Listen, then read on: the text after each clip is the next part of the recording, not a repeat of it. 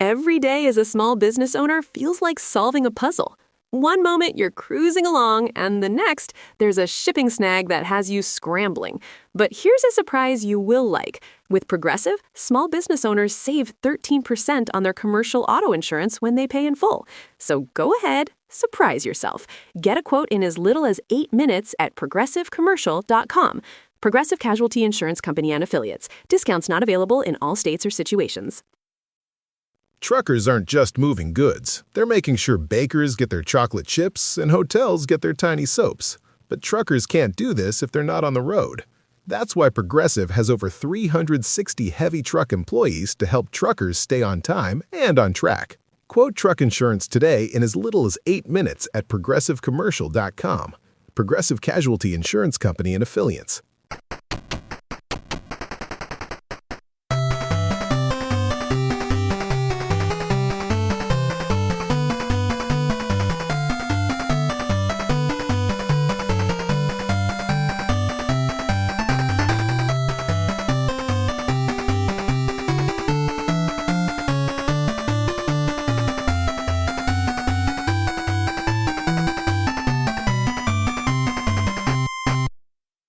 Welcome, everyone, to the Sickos Committee Podcast. This is our podcast for the evening of June 30th, 2026. As always, I am Jordan. With me tonight, I have, let me go in order here, Commish, producer Arthur, Pit Girl, Beth, Pop Talk correspondent Katie, and new friends of the program from EA Sports, Chris and Ben. Welcome to the program, guys. Ben, how are you, sir? Doing great. Thanks for having me. Great to be here. I've always considered myself a sicko in my own world, and now here I am with you guys, so it's wonderful. Love to see it. Chris, how are you? Doing great. We're excited to be here. Katie, or the Pop-Tart, is a good friend and neighbor of mine, and so that's how she connected us with you folks tonight. So we're excited to just talk about college football. Love it. So, Chris and Ben, can you tell us a little bit of sort of like your background with this whole, like, how did you get involved in EA, the game, and everything else?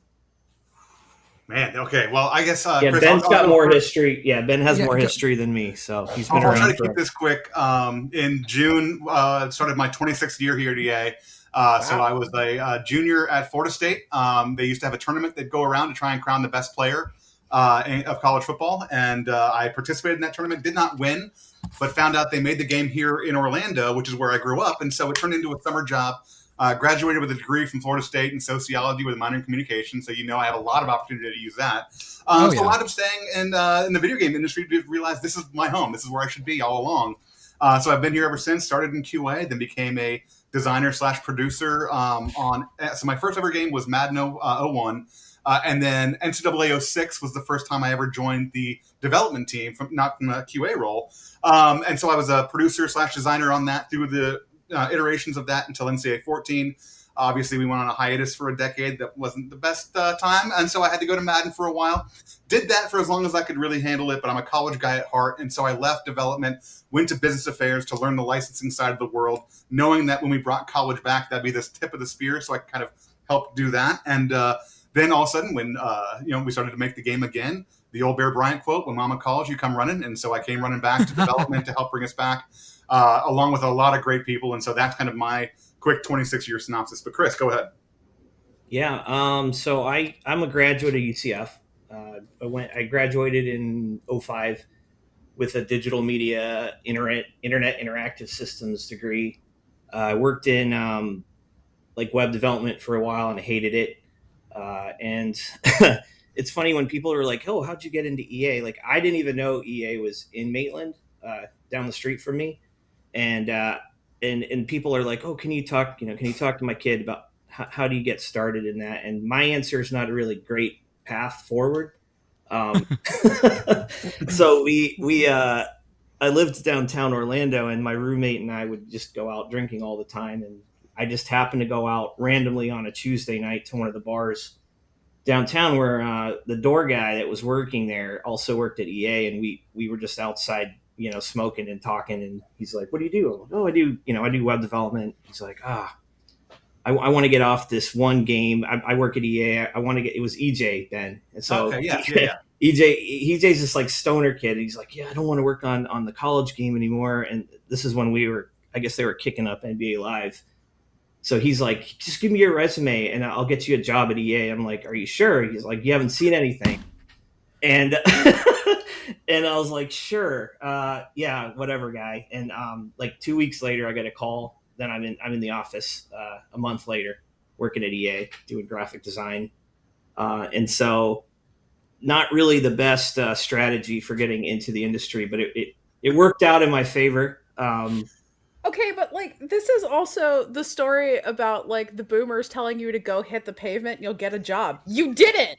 You did. You did it. Yeah, but I didn't walk around downtown with my resume. I went out to get wasted.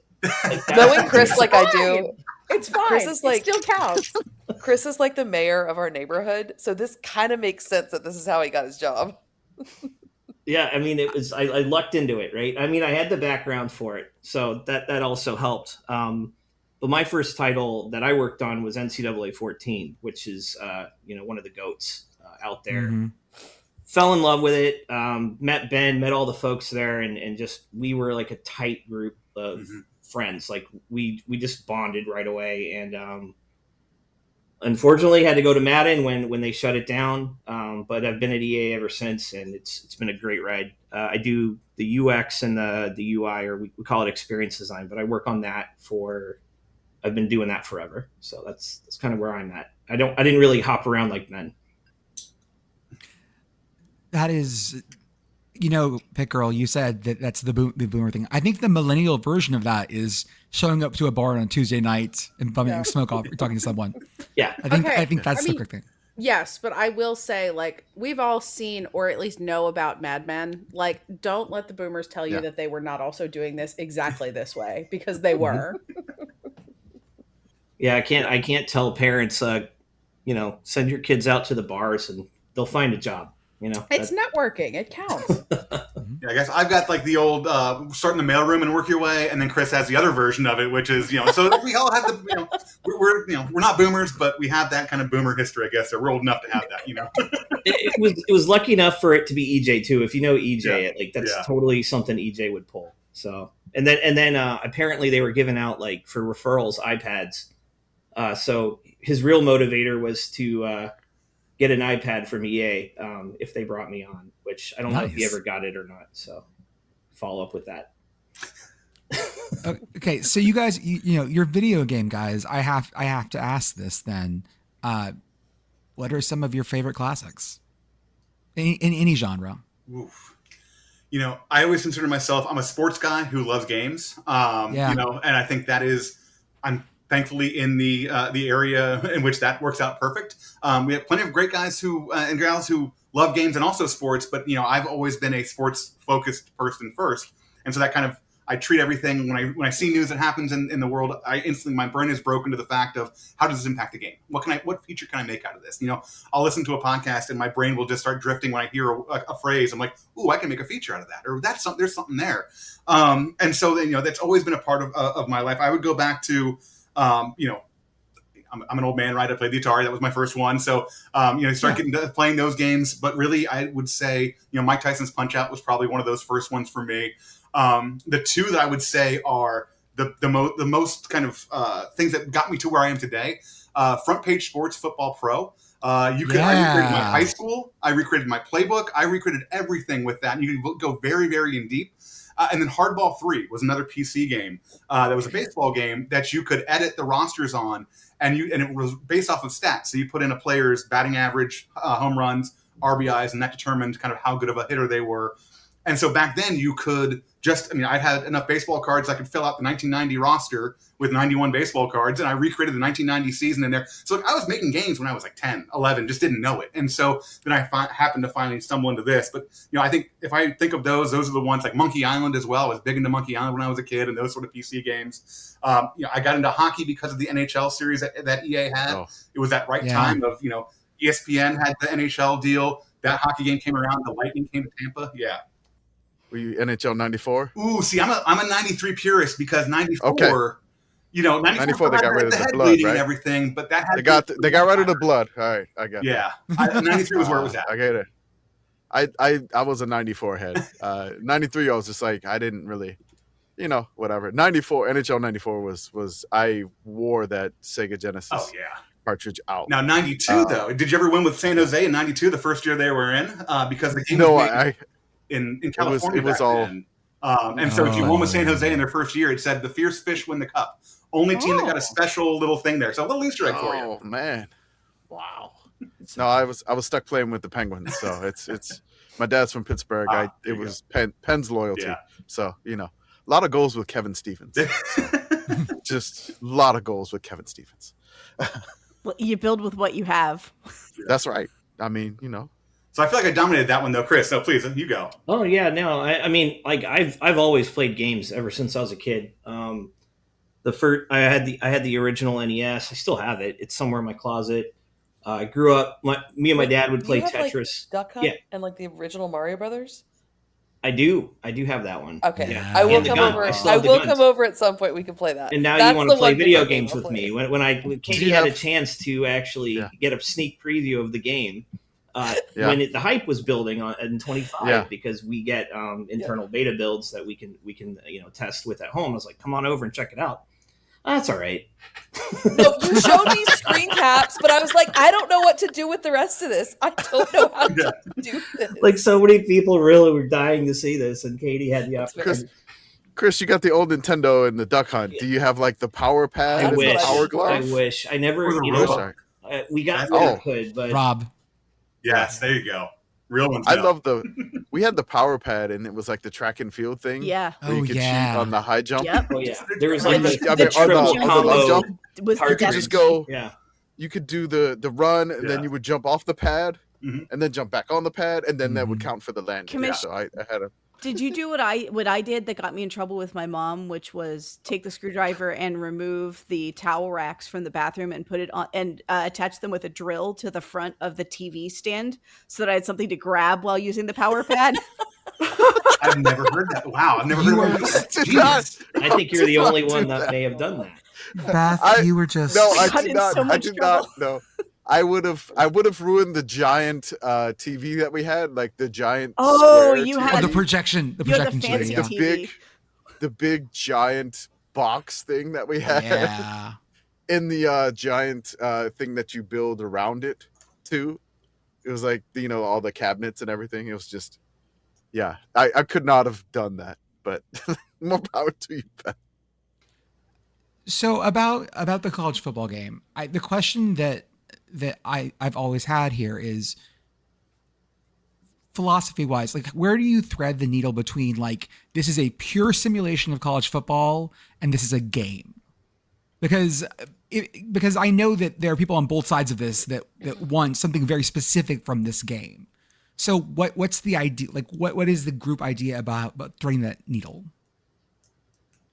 Ben, I mean, like you and I feel like we're the two sides of the coin here, right? Because Ben is like the purist, right? Like, and so like when we were discussing like strategy on how we should do this, we do realize like authenticity is so important, right? But I kind of compare it to like if you were to make a super hyper realistic golf game, would it be fun? Meaning like most people suck at golf, right? So we have to find ways to gamify the authenticity of college football so that people enjoy it, can play it, right? Because if it's too realistic, like I don't know how hard it is to actually recruit a kid, to get a 5-star recruit, but like, we have to make it so that you can kind of live in that fantasy world without like wanting to rip your hair out, right? It's got to be fun.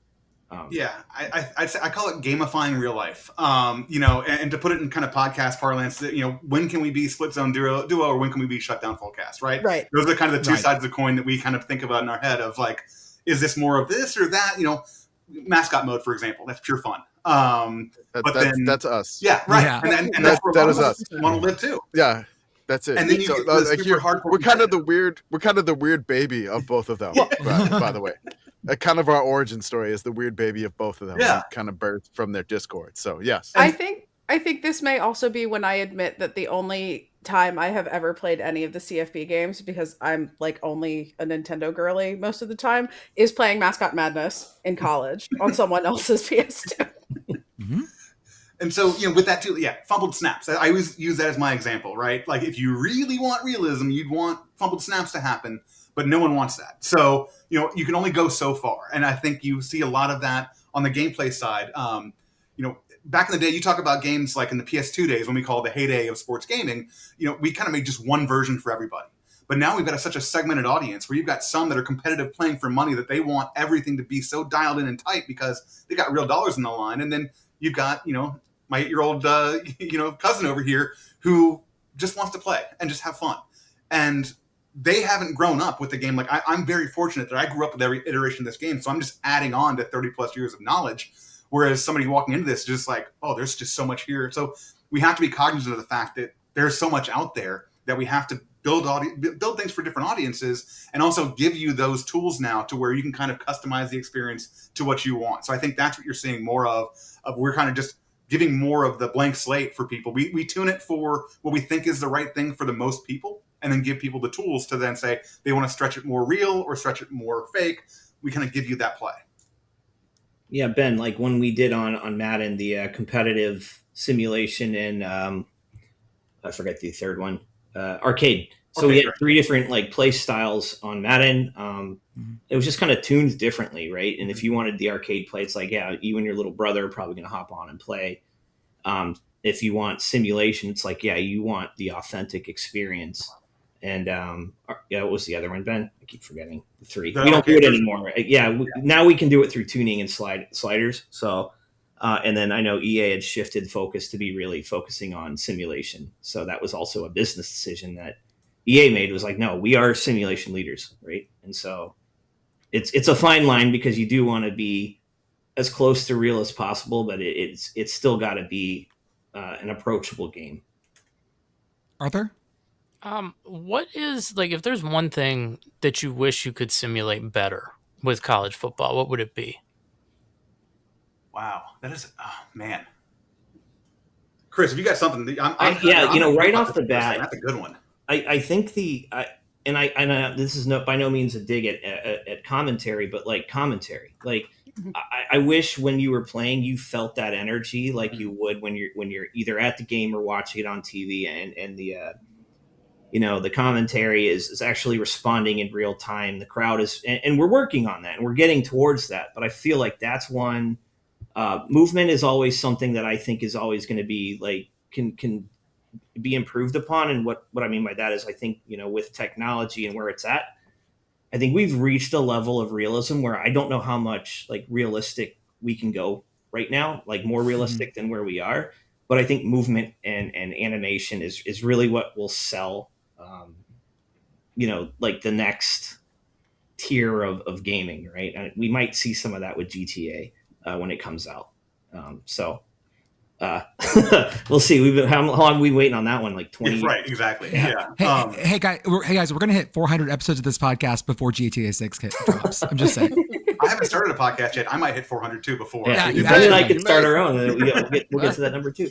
Great. I think for me, I would say I'd love us to be able to better simulate just the context of this sport that has 150 plus years of history and all the weirdness of it. We try to replicate things, but I think about something like the coaching carousel within Dynasty mode. If we told you last year, hey, our coaching carousel is amazing, and in the first year James Franklin's going to get fired, and he's going to wind up at Virginia Tech, or Billy Napier is going to leave Florida when everyone's thinking that was going to be the year he was going to kind of right the ship, and he's going to wind up at James Madison. You're like, well, that's broken. Go and fix that. But that's real life. But what we can't do, we can try to make things better there, but what we don't really have the ability to right now is have all that history of would Lane Kiffin ever go back to USC or would he ever go back to Tennessee? We don't have the memory of those sort of things that are stored for a lot of time because, unfortunately, in the world of game development, you have to dump a lot of memory of things to make room for more things. So every time we advance a season in Dynasty, we have to throw away a lot of stuff that we don't technically need anymore. But you can use some of that things to really bring in some of those pieces that tell that story that in your head, well, that's not right because I know he would never go back there. They would never want him back, but you don't have that bit of logic there in the game to tell you to have that happen. So I think those are things that from that realism perspective we can do better at, that kind of has those immersion breakers that everyone kind of laughs at here and there at times, but like there's also a point for us to get better at to try and make it even more what you would expect to see.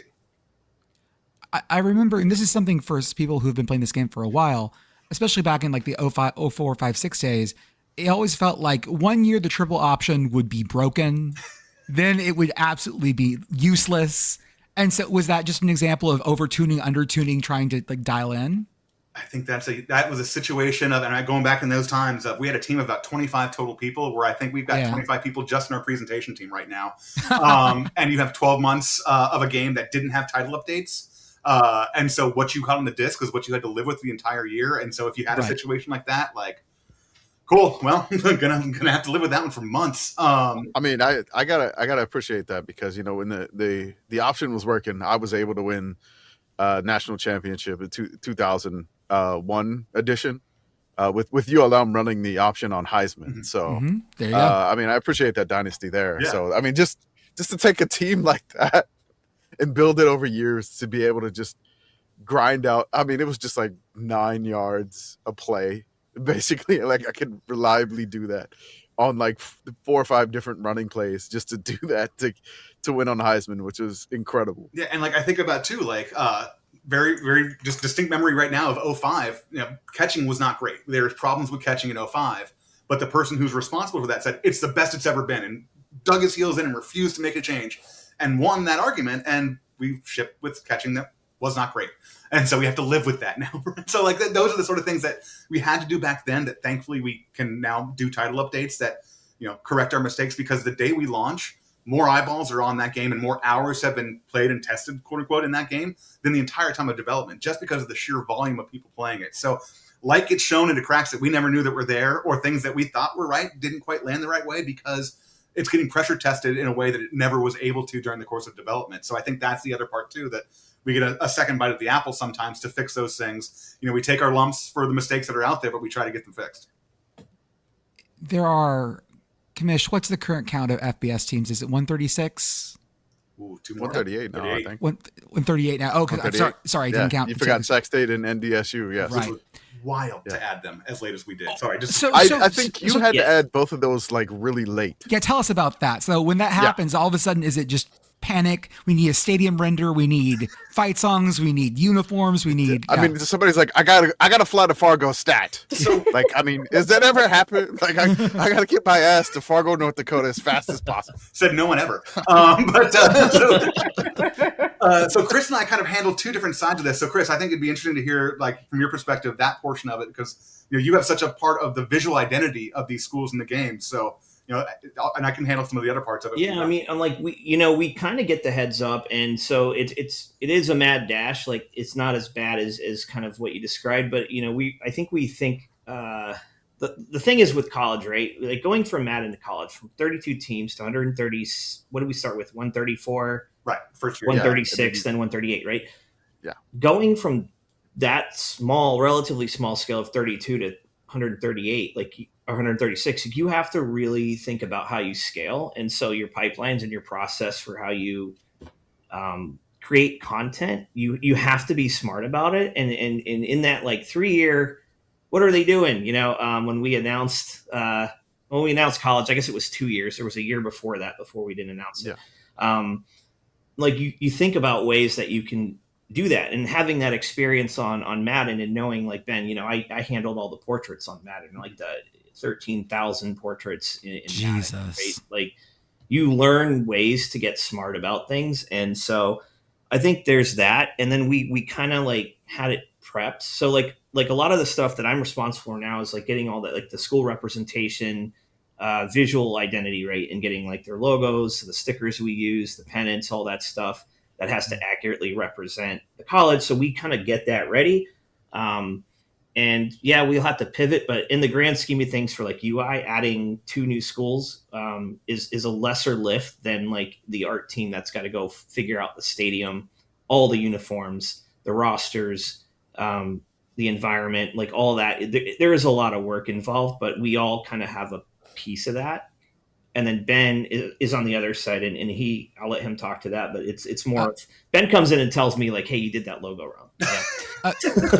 Chris, can I say something real fast that I really appreciate on like the loading screens, the little, like, bits of old retro logos and just stuff that pops up, because we're real big into, like, the retro logos and all the older stuff. And every time I pull up a new team, I'm always just really happy to see one of the little old sailor hat logos or just something like that I'm like, oh, good, this is here. And it's that little bit that just makes me happy.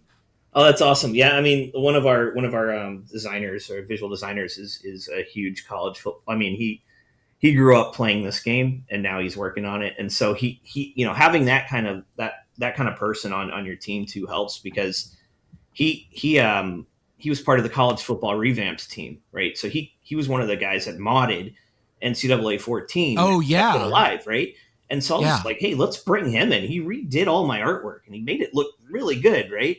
And so having that level of fandom on your team, like, yeah, he's going to go pull those throwback logos and he's going to know which ones to grab and almost for every school, right? So it's like to the benefit of the game, just having that level of passion on your team. Like it's amazing. And let me tell you how much I love having Sam on the team to remind me that he watched videos of me doing interviews back in the old day when he was like in elementary school. That just makes me feel so good. But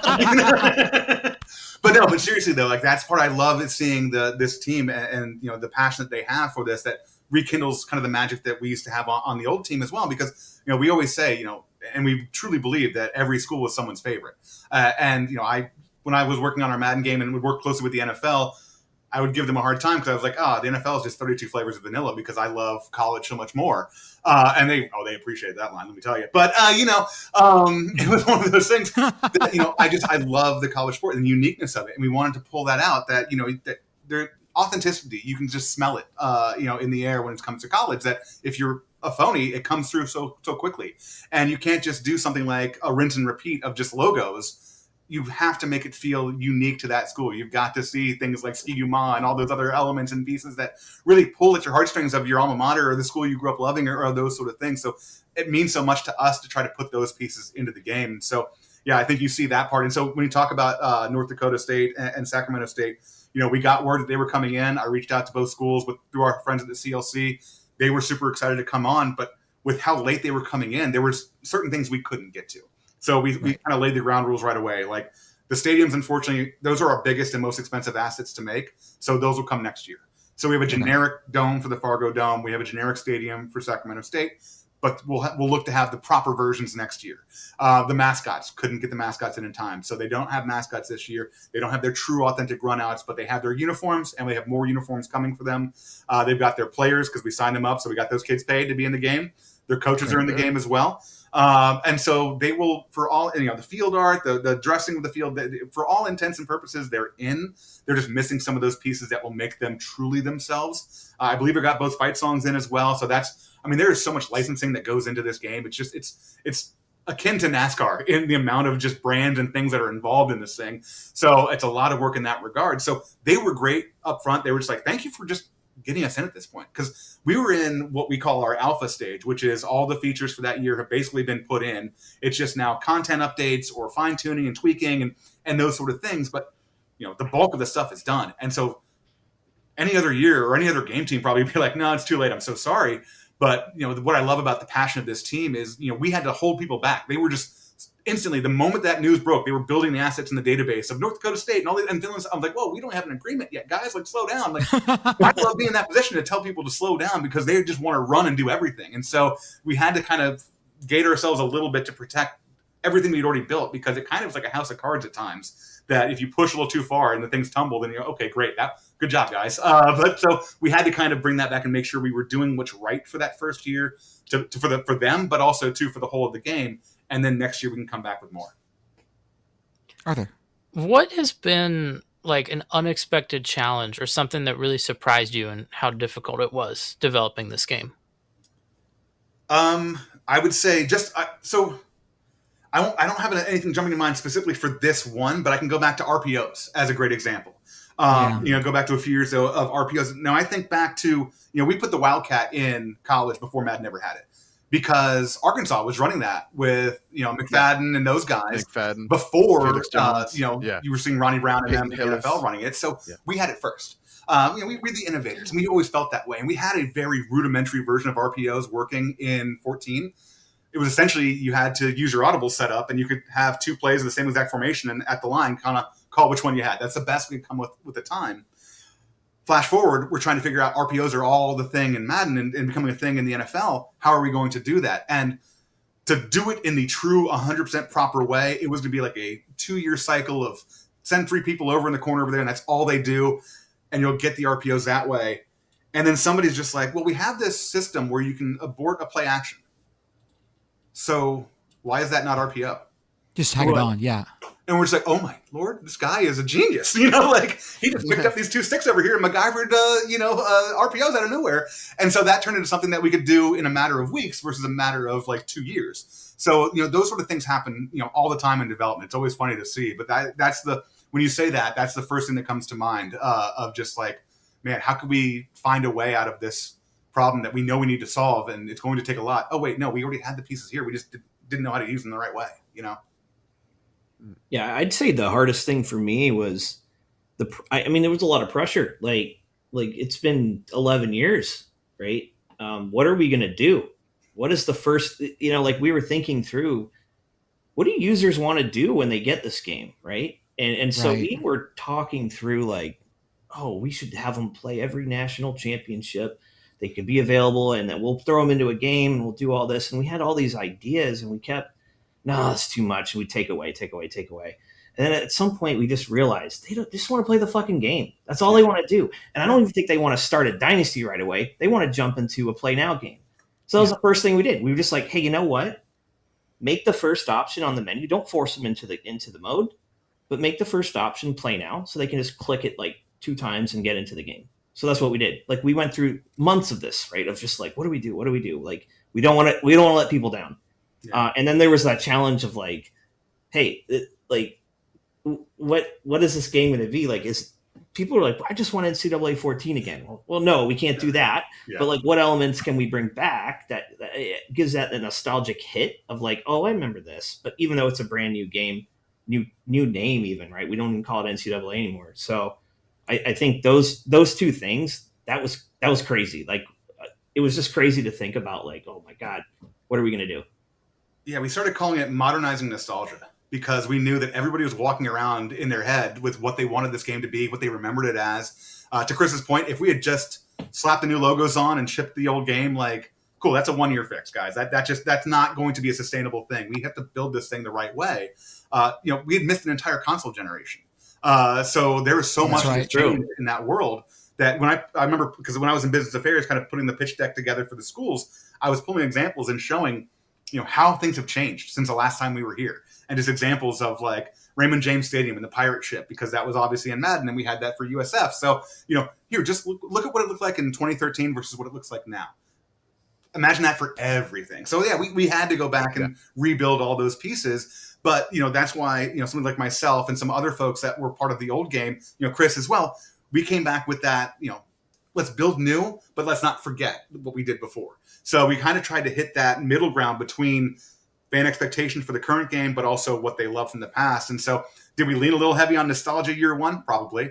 But that got us that kind of foundation to then build from. And so you see something like in Dynasty mode, we added the blueprint this year, the Dynasty blueprint with the NIL piece.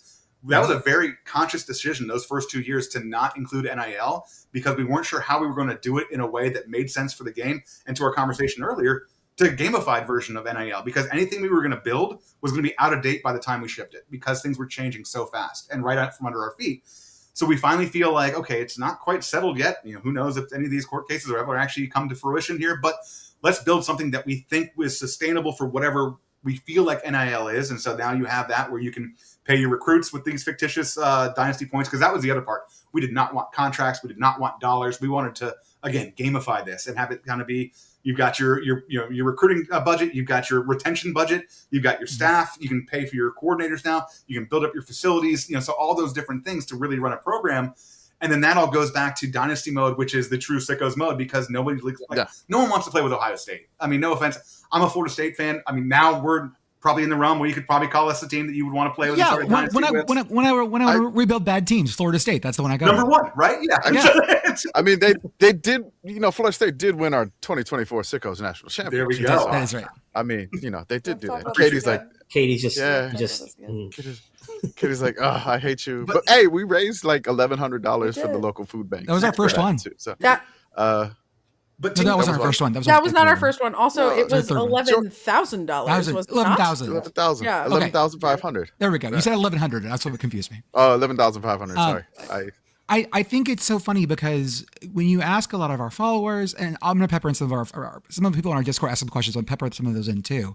But you mentioned no one wants to play with Ohio State. My kid is 7 years old, and all he knows is powerhouse Indiana. So he wants to play with Indiana, the best team. Don't and I'm we like, all? you know what? Yeah. He wants to drop bombs with Fernando Mendoza in play now mode. And you know what? He loves doing it. It's great. Yeah. But I think like a lot of our followers, I want to play Delaware and build them up. Mm-hmm. And so Dynasty always has to thread that needle. I say that again, of like, you have to be able to take a team towards the bomb or brand new and get them to the top, but like in a realistic way. It's not a 1 year process, right? No. And also, it's not a 1 year process. And also, too, we can't make it a 30-year process either. You know, people do. Right. You can see the data on our side of how people kind of how far they get. And I think that's actually a really funny point is you look at a lot of sports games out there in career modes that year one, and then it just kind of year two, year three, and just drops down. And so, you know, we always, and that was kind of how our game used to work as well, that the deeper you got, the numbers just dropped. And so we kind of built and tuned the game for like an expectation of people playing about 5 years or so and then cycling out and maybe starting a different dynasty. But then the data came back after that during that 25 year that people were getting to, hey, we can only get to year 30. Or, hey, I've capped out my my career. Like, my coach can't progress anymore. We're like, well, this is a good problem. Like, didn't expect that one. My coach is 97. Yeah. I can't. Right. I can't do it anymore. And so the other part too that I love about the way that the structure is set up is, you know, the payments to the school are based on engagement. The more that they're played with, the more that they get paid. It changed from a few years ago where we used to use like a rolling top 25 average. And so that was kind of fair for some schools, not quite so fair for others. So we switched to this model. So, you know, and I know some reports are out there from some, you know, of a different dollars that schools have made and can't confirm or deny how much those are accurate or not. But I mean, essentially, like if you're playing with Delaware, for example, if you're playing with Kent State, like, the more you're playing with them, the more they are making off of being in the game. And so that's the stuff that I love because, again, Ohio State, Texas, they've got all the money they need. Let's start funding these smaller programs that need this and actually can utilize this. So that's the part that, you know, we love is just how can we be a part of that sport? Because we always, you know, the old quote, right, that athletics are the front porch of your university. We're kind of like an annex to that front porch in a way that we're bringing fans into it from a different way and hopefully turning them into college fans because, you know, people have their school that they love. I love Florida State, but I've never used them in a dynasty. I might get to them eventually through a carousel, but I'm going to start with a different school. And you start to get that, you know, I bought hats and shirts and things like that of teams that I've run in a dynasty that I now on Saturday am watching or on Wednesday or Thursday or whatever night that they're playing. I'm watching and know these players now because of the game. And that's a level of fandom that I like to see, like to see that we can bring to it that others are not able to quite do because of the avenue that we are able to kind of bring the sport to a bunch of people. Commish, this is our plan to get ULM to where you want them to go. This is the plan. That's right. You know, again, this is the ultimate plan to raise ULM and make sure everybody mentions ULM. Our plans are measured in centuries. All right. So, you know, Jordan talked about, you know, like we're using the smaller teams or whatever. We're a Sick House committee. We've been to a lot of FCS games. I'm sure you get this question a lot. And that's another 129 some odd schools. FCS folks want to be in the game. From what we understand, we spoke with like Southland Conference. We're big friends with the Big Sky Conference. Is that even feasible? Is that something on the horizon? Can we get maybe like a Kibby Dome expansion pack? I mean, you know, I want the sideways dome of Holt Arena in Pocatello. Like stuff like that. Is that even feasible or even on the horizon, like 3 or 4 years down the line? I mean, and you're speaking my language of the Kibby Dome. I've been fortunate enough to see a game at the Kibby Dome. I went on the roof last year. Went. I was there, and I went on the roof of the Kibby Dome. Those stairs were really steep, and I was out of shape. A buddy of mine and I did 4 games in 4 days. We did Utah State, Idaho, and BYU in 4 days. It was an amazing trip. And that was when Kaepernick was playing for Nevada and they were playing at Idaho, and just a really fun experience to see that. And you know, the Kibby Dome has reached out and said, hey, how can we just get the stadium in? We understand the situation. How can we get it in? And so that's, you know, I've got it on a list somewhere, not quite there yet to that one, but you know, we got love for the Kibby Dome here as well. And we love FCS. You know, I think about Anthony White, our playbook guy. Yeah. He's just walking encyclopedia of football, and like you can see, hey, I saw this play on Saturday, and just like all of a sudden, yeah, man. So that came from blah blah, and like all of a sudden, next thing you know, you're 30 minutes deep to the lineage of this play and where it came from and the coaches and that sort of thing. And so, with that, all going back to we love the FCS. It's just a licensing thing that makes it very difficult for us to add not only the school, but then all of those players for those schools as well. So Yeah. I think that's something we have long-term aspirations. We would love to. But for now, Team Builder is kind of our way of getting some of those schools access into the game. And Southland's a great example. I mean, they built every Southland. school. I know James with the Southland conversation. They as soon as they get the game, they get the pre-order game. Yeah. They're building the teams into the game, and they're doing the downloading codes. They're doing that intentionally to put their teams in the game. And same, like the Big Sky will do that too, and we share those all the time because I mean we love the FCS teams and we go visit them a lot. It's a lot of fun. I mean, I'm in San Antonio. I go to Incarnate Word. I go to Incarnate Word games all the time. And I've traveled to like NAU to see the Dome, Idaho State. I have no idea where I'm going this year. I'll find out when they vote for me. But I'm going to another FCS Dome. It may be the Uni Dome or the Superior Dome in D2. Who knows? But it's just something that we want to know. We got a lot of fans that are like big time FCS teams, like Montana. Like I mean, oh God, if that stadium could get in the game. Right. Montana State, like South Dakota State, like those big schools would be like. I know they want to get in, but I know it's very difficult. Plus with the players and everything like that. And I think part of it too is doing it in the right way. We've had conversations about something like HBCUs. Can we put the HBCUs in and have them segmented up? But then what role do they serve? Because are they going to just be your feeder FCS schools? Well, that's not fun. Now all of a sudden we're putting them in there and getting just beat every week. That's not doing service to them. No, it's not. It's like, oh, let me schedule a bye game with Delaware State. Yeah, I'm like, oh, that's great. Yeah, so, just like that's nice. So then, do we go and just make the the MEAC and the SWAC and have them the Celebration Bowl and have them in the corner as kind of a side piece? Like just again, like I don't want to belittle them and I don't want to just kind of put them in as a just here, okay, you're in, now be quiet. Like that's not the right way of doing it. Like so, we want to make sure that we're just as we're doing with all of our schools. When and if the FCS come in, we want to make sure we're doing right by them. Because I would say even in the PS2 days. They were just kind of logos in the corner. They didn't really have, anything more than that. I think we had the Yale Bowl was the only FCS real stadium in there. The rest were all generics. Like even back then, yes, we remember that they were there, but they were kind of just there in name only. They weren't really truly there. So I would love to see us when we do it the right way. That's something too, Ben. Like we had talked about, like, we can't just make these top schools, like these like elite programs, the only cool programs in the game. Like we really need to focus in on every school. And we had a team of people that like their job was to go around and just check out all the traditions, make sure they're accurate, make sure they're still doing them. And I know our presentation team works super hard on that every year. And so like, to what we said earlier, what Vincent earlier, like every school is someone's favorite, right? So yeah, I mean, you want them to we feel know that special. from running this account. Yeah, running this account. As soon as like somebody mentions that we mentioned a school, we will get people in our mentions are just happy that we're talking about their school. Yeah, and that's kind of the ULM mention joke that we have, the running joke we've had for so long. We're just happy somebody's talking about ULM, and there are fans of every single program, and it's just something. I mean, are there as many? No. Do they still matter? Yes, they do, and that's what we do as the committee. Yeah. So I think it's interesting. We asked people in our Discord for questions, what questions they wanted us to ask you, and so many people asked about specific assets for their team. Like one was like, "Do you have the Illinois scoreboard in here? Which you better. I'm not going to buy the game. It's a new scoreboard. It's got to be in there." Yeah, I mean, there's a lot of things like that. Do you have it? We do. Do we have it? They do. You got it. It's in the game. All right. One more sale. Wait, I have the button. It's in the game. There we go. Thank There you. we go.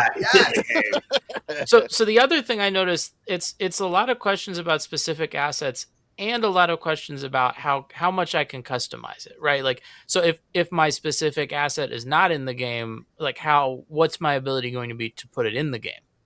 we are in a world of PC now, so the gloves are off. Yeah, And right.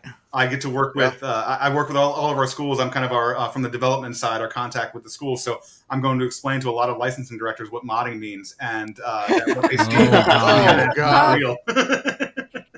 I would say though, the like mods. we Oh, do gosh. like we monitor the socials in Reddit and stuff, and I know Ben and I have like picked out stuff on Reddit. We're like, hey, we should actually look at that. Yeah. We should actually address that. So we're in there, we're lurking. I certainly don't want to be in part of the conversation on Reddit, but like it's good to like get in there and identify like things we may have missed, or I think what Eastern Michigan and the cinder block wall. Right. Yeah. And the Macoon. Talk about the Macoon. Came down. Right? Yeah. Look, we saw that, man. We saw the Macoon, and like everybody tagged us in this. I lost my damn mind. I was out with my kid, and I was like, "Kid, look at this thing I made. This is something we did. We did this." Like, I mean, the YouTube comment, we get tagged in the YouTube comment. We make the YouTube comment go viral. The person who made the YouTube comment was already one of our followers. His account is like Pony the F up. He's an SMU fan. Yeah, SMU. And so like an SMU fan making that legendary YouTube comment is insane. In the and then like the Mac tried to do some sort of like AI generated raccoon thingy with a pirate hat, and it was bad. Yeah. No. And so I was like, oh my God, it's the Macoon. And so I got the name of it. And then like I had to hound Jordan for like 3 or 4 days and be like, make this. Yeah. Make this. And so it worked. Yeah, and now I have a scarf with an audit in my house. That's right. Sent to me. Now it's in the main menu. It's in the game. It's in the main menu. Like God. Unique traditions for each school. Like so, each school's interface is different. It's got unique assets, and we're like, yeah, we got Macoon in there. This is the that's beauty the of one college we're football, using right? right there. Like Holly can say Maction one time, and now that becomes a thing. Or the Surrender Cobra, now that becomes a thing. That you have fans doing the Surrender Cobra in the game that come from these moments that only happen in college football. I think there was a conversation online the other day about like, I don't understand people who say that they're college fans first. Like, and then everyone gave them all the reasons why it is so much better to be a college fan, that you don't see these things anywhere else. And so that gives us so much room to play with, of things to do and add in, of like, we can have a beaver holding a chainsaw in the game and things like that. They're just hilarious to see. You're not going to have that. You're not going to have that. That's like some of the FCS teams like NAU. I would love to have them in the game, because when they score a touchdown, they cut a piece of a log in the end zone. And I'm like, awesome. I want the chainsaw crew, the NAU loggers in the game. Yeah. Like, I want that. I want to see me score a touchdown in the Sky Dome, and they're sawing wood. Like I stood next to them for a whole game. Probably a lot of fumes, but I'm glad the door was open. But but yeah, like stuff like that, you can't get. Like the NFL, there's no. I mean, what you got? Like Fireman Ed for the Jets. Which I don't think he does that anymore, right? I think they had a falling out. He like retired from that. Yeah, like they. I mean, like, what do you? Okay, maybe the Bucks shooting the that's what you got, right? Yeah, but like, we think about the trophy room that we have, for example, and all, that's where you can go to unlock your mascots to fill out your trophy room this year. But we also have, all of the, individual player trophies and, bowl trophies, but we have those rivalry trophies too. And so there's so much just fun goofiness for the history of those. And, in doing all the research for those too, we were finding internet legends that aren't actually real. Like there was one called, I think, the Golden Screwdriver that was, if I want to remember right, it was like Hawaii. Fresno State, Hawaii. Yeah. Fresno State, Hawaii. Like, that's not real. That never happened. Don't put that in. We interviewed head coach Timmy Chang. Yeah. And he said there was a screwdriver that whizzed by him. Yeah. He swears he almost got hit by a screwdriver. He swears he almost got hit by a screwdriver, and he was right next to June Jones. Yeah. But he swears it was real. But then also too, with that, you think about something, Chris. I mean, there's a certain trophy in the game that all is due to you. So. Oh yeah. Yeah, I made that one happen. The famous civil conflict between. Yes, love the civil conflict. And the best part was, so I'm part of UCF alumni committee in Greater Orlando, and so I've met a lot of the people at UCF, and the social media guy, Eric DeSalvo, right? It was rumored he had a either the replica or the actual trophy. Either way, I didn't ask. I'll just say, hey, I texted him, like, I heard you have the conflict. and he just sends me a video in his office. It's sitting up there on like the top of a filing cabinet. It's just sitting there. And I'm like, can you bring that into the studio, man? Like, I got to get that scanned and like photographed so we can put it in the game. And he showed up like the next day. He's like, all right, it's bigger than I thought it was too. It's kind of big. So I was just like, yeah, That's so good. Did you get a weight? Or like, I don't know if you had the weight. No, I got a photo with it though. Oh, that's so good.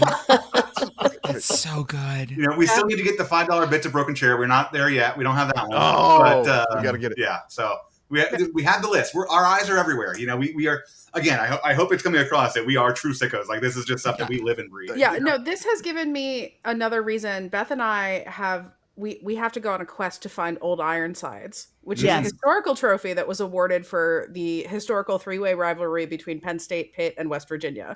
The trophy is missing.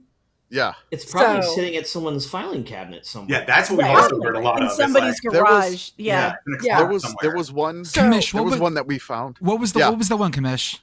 So it was ULM versus the Raging Cajuns. There's something called the Wooden Boot. Yes. And it was the Wooden Boot. Yes, the Wooden Boot. And which, you know, because we mentioned ULM, we had a northern Louisiana person, like a writer, track it down. And like one of the coaches were talking about it for like the 2 years that it, like 2 or 3 years they played for it. The first year they had no idea they were playing for the trophy. And like ULM just got to keep it. Then the next year, you know, ULM and the Cajuns, they played for it. And then like after the third year it disappeared, one of the assistant coaches took it home and he had it on like his hunting lodge. And it's just there. Like on the and mantle we got photos somewhere. of it. And on like the mantle. It's the Wooden Boot. Like they don't even play for that anymore. But like it's like we researched like historic rivalry trophies and tried to find that. And it's funny, like we just put something random out on the timeline will go find this stuff. And shout out to, I think his name is Adam Huntsucker, was the one that tracked it down with the assistant coach who just like, I'm just gonna take this home. I'm going to send you after this is over a list of the ones that we have been chasing. Because Okay. the ones that have been on our list. That Oh my God. Email email us. We're on it. Please. You can enlist the Find them committee. for us. We will track it down. This is Yeah. as close to a true crime podcast as we will ever be. Wait, we got a hit list. We Wait, gotta, wait, we wait, gotta- wait. No, Patreon this is- special. Yeah, this is our cereal. Yeah. This is Oh God. Like Arthur said, so many of the questions are and you don't have to answer them because you already answered it. But it's stuff like editing existing player sets, dynamic rivalries, create your own mascot, like all those things. And it's great. And you said like the mods, and I think that really, I'm excited to see what the modding community does. oh my God. The Because PC that is just gonna be, I forgot it's coming out on PC this year. Yeah. Like this is gonna be so Floodgates. like that's gonna be wild. With it, It's gonna be the first year of having within, mascots like- back and ability to mod, we're going to see some wild stuff. Let me tell you that. there right is now. going to be some incredible stuff. There is going to be some really ridiculous stuff happening. I think one person, like, you know, specific stuff we got questions for is like, can we get a different flavor of the Pop-Tart? Can we get like, I'll leave that one for maybe Katie, frosted I cherry? guess. It's like, Katie's like, I don't know. Yeah, Katie's gonna have to argue for this for us. She's got the connect. Katie's like, She's got hey, the connect. we got to do the cherry lobby over here. Mhm. You You can get Melanie know, involved. yeah, no, I mean, I'm very loyal to strawberry, but you know, What is the best? I know people at the Hold Pop-Tart on, school but now. what So is the I best can flavor answer. Pop-Tart, Katie? Oh, Only don't one start right this on answer. this podcast. Oh, let's go. What is it, Katie? Chris, it's the one that I made when I No, fried no. it in mayonnaise. That was actually before I lived in our neighborhood. You what? Excuse me? I fried it in mayonnaise. I You're wanted talking to prove me that like I mayo- know this story. I don't. No, Just but comment Katie, on it. because the order was I ate a Pop-Tart with Yes. mayo on it raw, Yes. and you He were just like, dipped "Oh, it in I-" there, and I was like, "Come on." and you were thought like, "I bet it's spread better." it on there. Did you dip I it? did. Yeah, No, I Katie- spread it. I spread There's it. a video of this somewhere. I'll send And it then- to Katie Chris. did a video. I'll actually And then send it to you Kate, right yeah, now. then Katie fried it, like pan fried it, like a grilled cheese. It was Yeah. legit I really bet you good. that actually would taste better than just See? dipping it in mayo. Yeah. It was Yeah. bad. It was bad. What I do was bad. It Well, was bad. Shit. I got the idea because I don't know if you guys know this secret, but if you're making grilled cheese, put your mayo on the outside. It makes the like outside crispier, and so that's how I got the idea. You have to do Duke's it. Mayo, of course. We're sponsored by Duke's them. Mayo. Oh, Yeah, Miller. Hey, there you go. Always Yeah. Dukes. I'm sorry. Hey, we won an award. We won an award with Duke's Mayo. Is the Mayo dump is in the game, right? I would think, right? Not quite yet. That is so. It's surprisingly difficult to model textures like water and things like that, and so viscous fluids like rendering mayonnaise. the mayo dump. The fluid dynamics would require that's an advanced simulation. That's where we could take gaming fluid. Yeah. Every time it was hitting your head like Shane Beamer, okay, we could do that one, right? Just knock him on the head, never actually have it come out. We could do that. Oh, but yeah, the actual dump, that's been a challenge. The game is 2 gigs larger because we had to simulate mayo. Just for the mayo render. God. Yep. But going back though, have you tried a deep fried hot pocket though? If you're going down that road, because now, let me tell you, don't do it from frozen. You got to heat it first, and it's just a finishing technique. But do a deep fried hot pocket; it's really good. Okay. I have enjoyed many of those. Nice. Wait, I do have a question before I forget this. Okay. I don't know anything about the game, so this is probably a dumb question. There are no press conferences, right? Do you do post-game press conferences? Oh my God. No, we do not have those. Madden does have some press conference type things, but we have never quite ventured into those. We do have in Road to Glory, where you're the player going through the experience there. We do have some kind of press interactions, kind of, and with some light, pieces there. But going way back, just features that never happened. Back when we had Aaron Andrews as a sideline reporter years ago, and we do have Holly Rowe as a sideline reporter this year for the first time. But back then, and that was when 360 had to connect. We had talked about doing a feature where you could be prompted with questions and you could verbalize your answer back, and it would record it. And then when you see your coach, it'd be playing back the what you said. But we quickly realized, bad idea having your coach next to Aaron Andrews. Like, no. Let's not put her through that. She's gone through enough. So, so that was kind of the things we've thought about before. But no, we've never quite gotten into the full press conference element yet. But again, my dream would be to recreate the press conference where Dan Mullen dressed up as Darth Vader after Halloween. That's what I want. That, and then Pit Girl had a good suggestion. Can we put Lane's Instagram in the game since it's gone now and I can't follow him? I mean, he doesn't post anymore. Someone took his phone. Someone threw his phone away. We will get those in the next patch for you, Katie. Thank you. Press conferences and coaches' Instagrams. That's all I need. Yeah. I'm imagining press conferences, but with like a Mass Effect style, like dialogue tree, where you keep going just through it, and God, that'd be good. Or we've thought about like LA Noir, right, for recruiting, where you're trying to read the facial of the person. Are they buying what you're selling? That sort of doubt. We're teaching people soft skills. I like this. Yeah. This is useful. This is how we teach Gen Z how to talk to other people. It's great. This is how we teach football coaches to talk to other people. What are you talking about? Brian Kelly, you could learn some things. Well, one thing too, talking about teaching folks inside of that Road to Glory, because you do have to have a GPA that you carry to stay eligible. And so we've kind of just in the past few years just made it very kind of a meters type system. How much are you putting towards your academics? But we have kind of harkened back to NCAA 07 days where we had you could actually select a major back then. And so, you kind of have a bit of that back again, where you take some quizzes and things like that to boost your GPA. One of my favorite stories from that back in the day was, I think it was like some VP at Pepsi came home and saw his kid had the periodic table printed out next to his PS2. He goes, "What's that for?" He goes, "I'm a chemistry major in Road to Glory." He's like, "What?" I'm like, "Why is my kid like this?" So we're teaching the youth. It's not just football. We're teaching the youth. Oh, that's so good. My brother would have me help him out with his game whenever I was in college and he wasn't. All of his players would have the same major, and it was always my major. That's great. Yeah.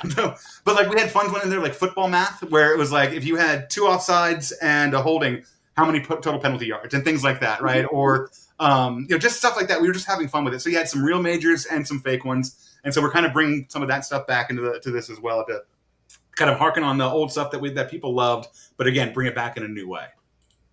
I love it. It's fantastic. How do you balance feature bloat on these things? Like every year, like you want, like people are, I want this, I want this, I want this. I want that. But at some point, like we know how these games back the Metro Conference. Where like I can remember like certain versions of Madden that are just like, okay, like this is a little tubby. Like it's got probably too many things in it. Like what's the conscious choice of like adding versus is it like subtracting sometimes, or just I don't know. Yeah, Chris, do you want to handle that one? Yeah, sure. I feel like I've been talking way too much. You're good. This one's kind of tough because we are so ambitious sometimes, and I think as developers we want to do as much as we can. But the reality is we have limited time, we have limited capacity, right? We have limited tech, and so we really make conscious efforts of like what do we need to deliver for this to be a good experience, and what is kind of like a nice to have.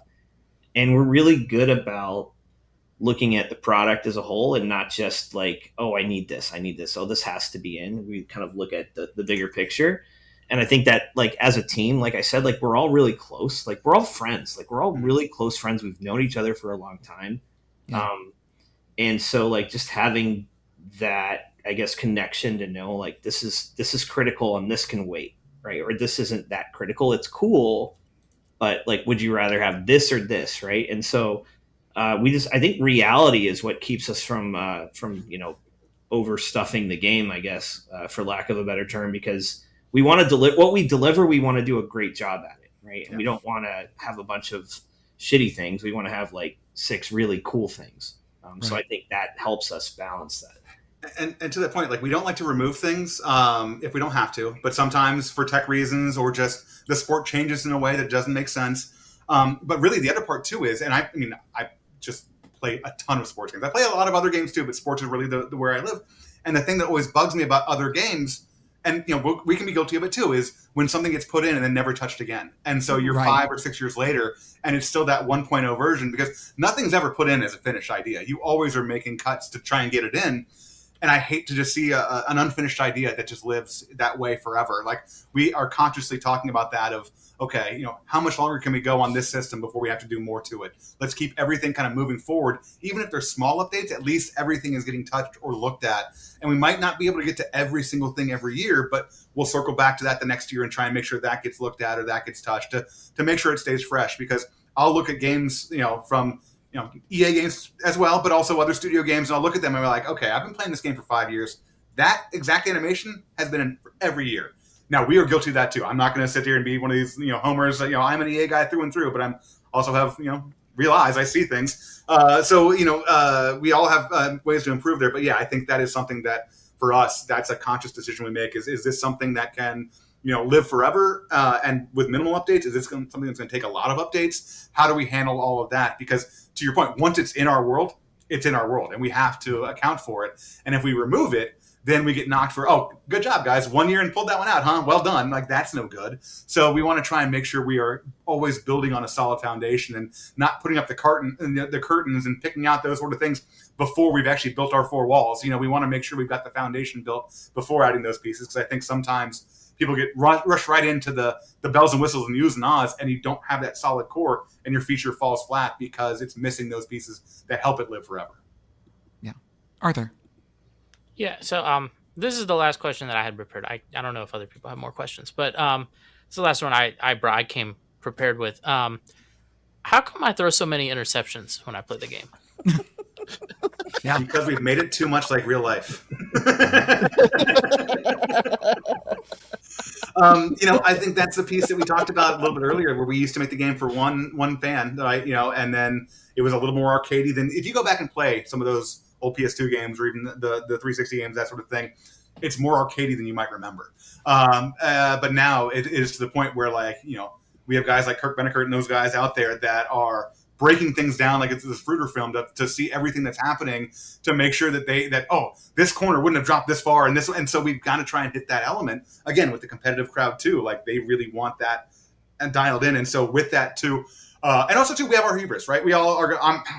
I ain't playing on varsity. I'm all American. I'm Heisman, and then you're sitting there throwing those picks and losing.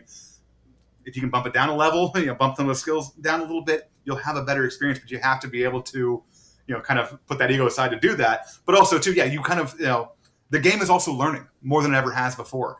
It's adapting to what you're doing. So you can't run those same plays over and over again, because they are going to take that away from you in a better way, not cheating you. Not like the old days when you'd flip the play and see the guy run across because they knew I flipped the play. Cool, awesome. Yeah, right. We're not really cheating you that same way that they used to back in the day. We're using, what I love is Scott O'Gallagher, our head of our gameplay group, football solutions for football problems. I think for a while we kind of fell away from that. We were making video game solutions to football problems, and that shone through a little bit in some ways. Football solutions for football problems get us into a spot where the game feels right. And so to that point, you actually do have to read the defense. They're disguising coverages on you and things like that, pre-snap the different shells and all that sort of stuff that really make it way more in depth than it ever has been. And also too, like if you're a young kid coming into it, man, like that, we need to do a better job of onboarding that next generation, because not everybody has that 30 years of history like I do, you know? Whatever, I'm running mesh. There you go. See? Yeah. That's it. Just running mesh. It's not happening. I'm gonna get open. 4 verts and going deep. I'll find the pocket.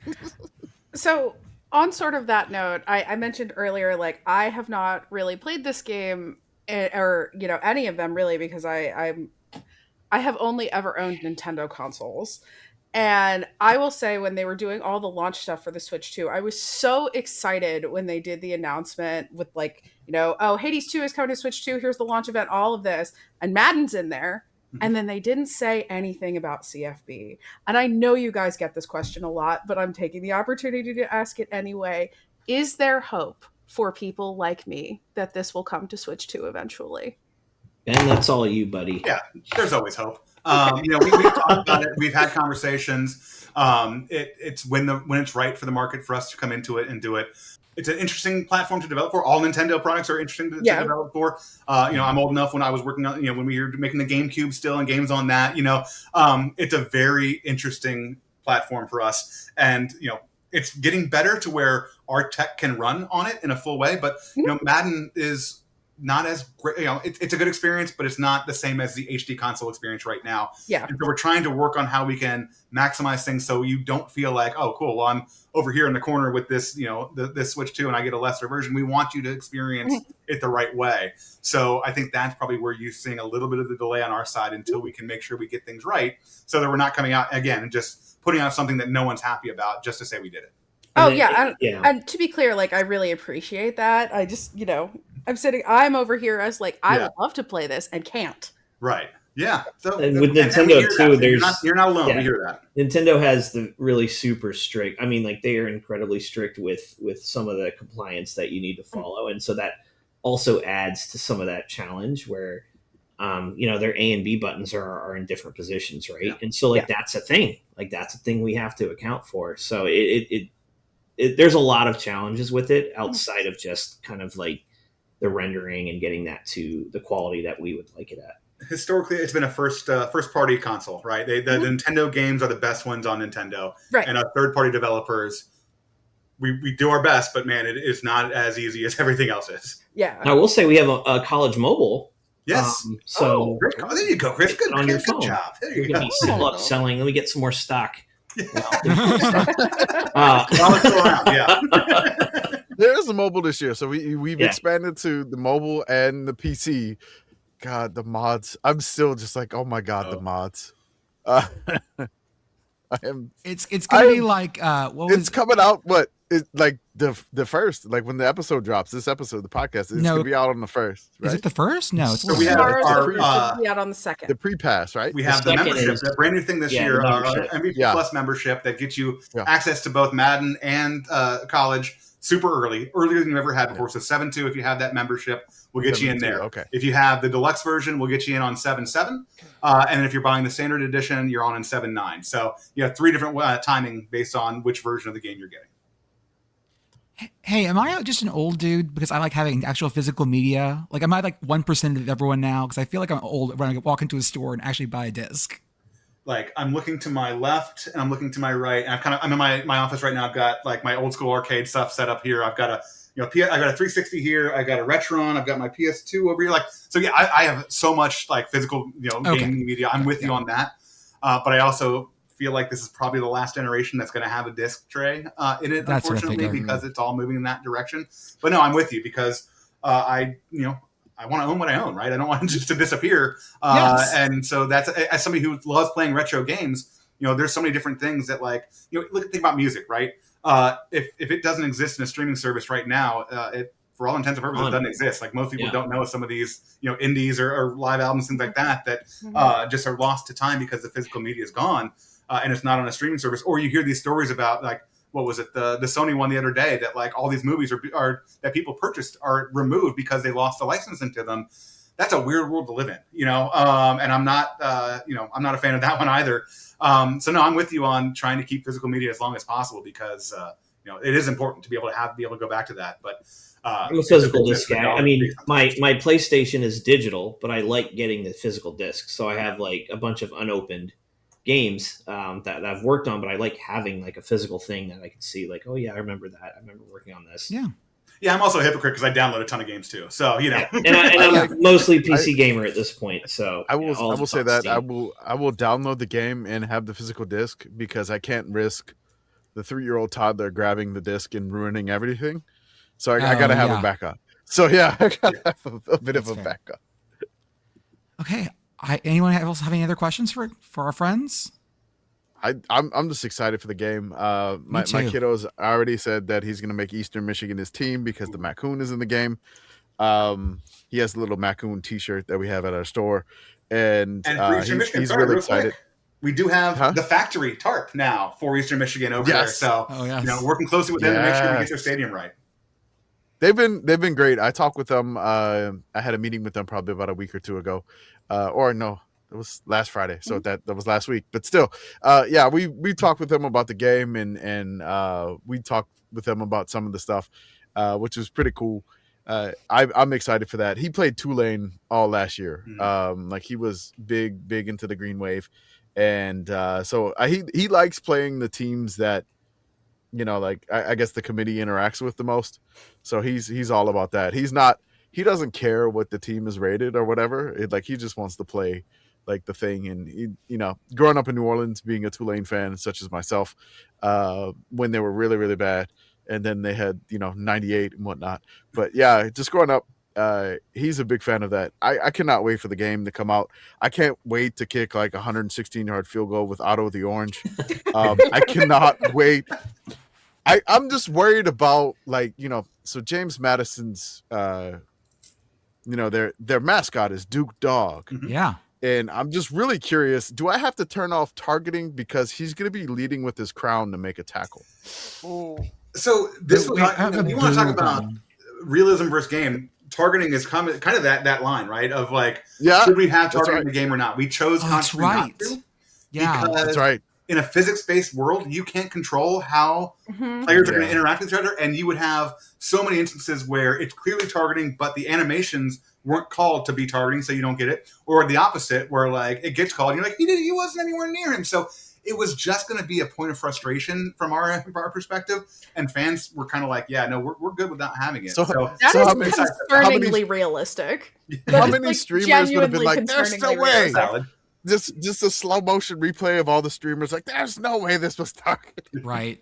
It would have to be such a specific animation. It would have to be like a targeting animation, basically, if it were counted. But could you even tackle Otto without it being targeting? He's all head. He's just one no torso.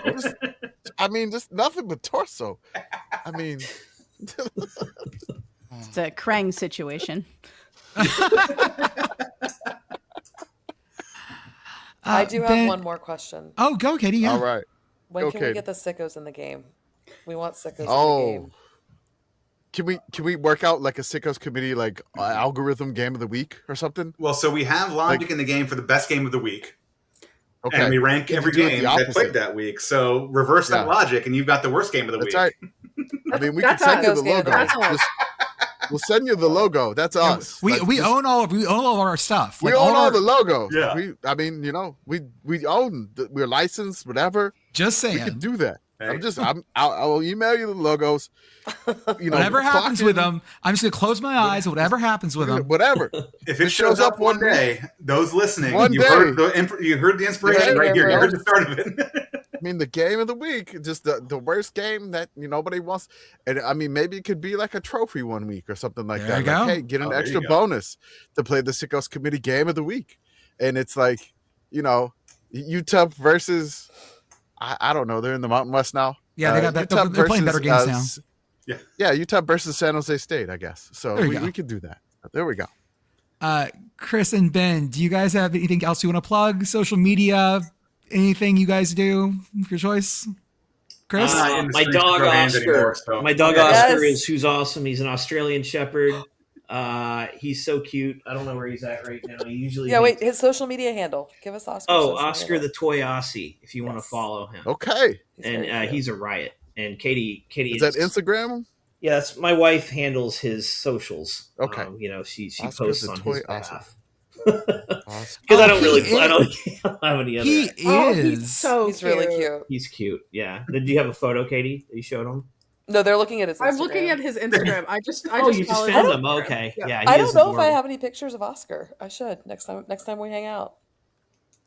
Yeah, I'm on social media to lurk and learn only. Every now and then, like a groundhog, I'll poke my head up and say one thing and then disappear and not respond to anybody. So I'm too old to be in the streets talking to these kids about the game. Like there's way too many of them, and there's way too many. They will overwhelm you. He's smart. So- Ben is very smart. Yeah, listener, know that Ben is listening, Ben is watching, Ben is judging like Santa. And once a year, I bring a gift, and that's it. That's it. I refrain from having anyone sit on my knee. That's just not my thing. But we try and keep it. We're E for everyone here. So He sees you when you're posting. He knows when you have the game. look at that. There you go. Yeah. And I refuse to block anybody, but I will mute anyone for anything. So Yeah, good. That's Yeah, perfect. Good call. Okay, guys. Love Thank it. you so much for joining us. Yeah, Have a good night. We Thank appreciate you it. so We much. appreciate it so much. Blast. and Thank you. honestly, keep it up. We love what you guys are doing, and hopefully you guys love what we're doing. And this has been great. Yes. Thank you so much.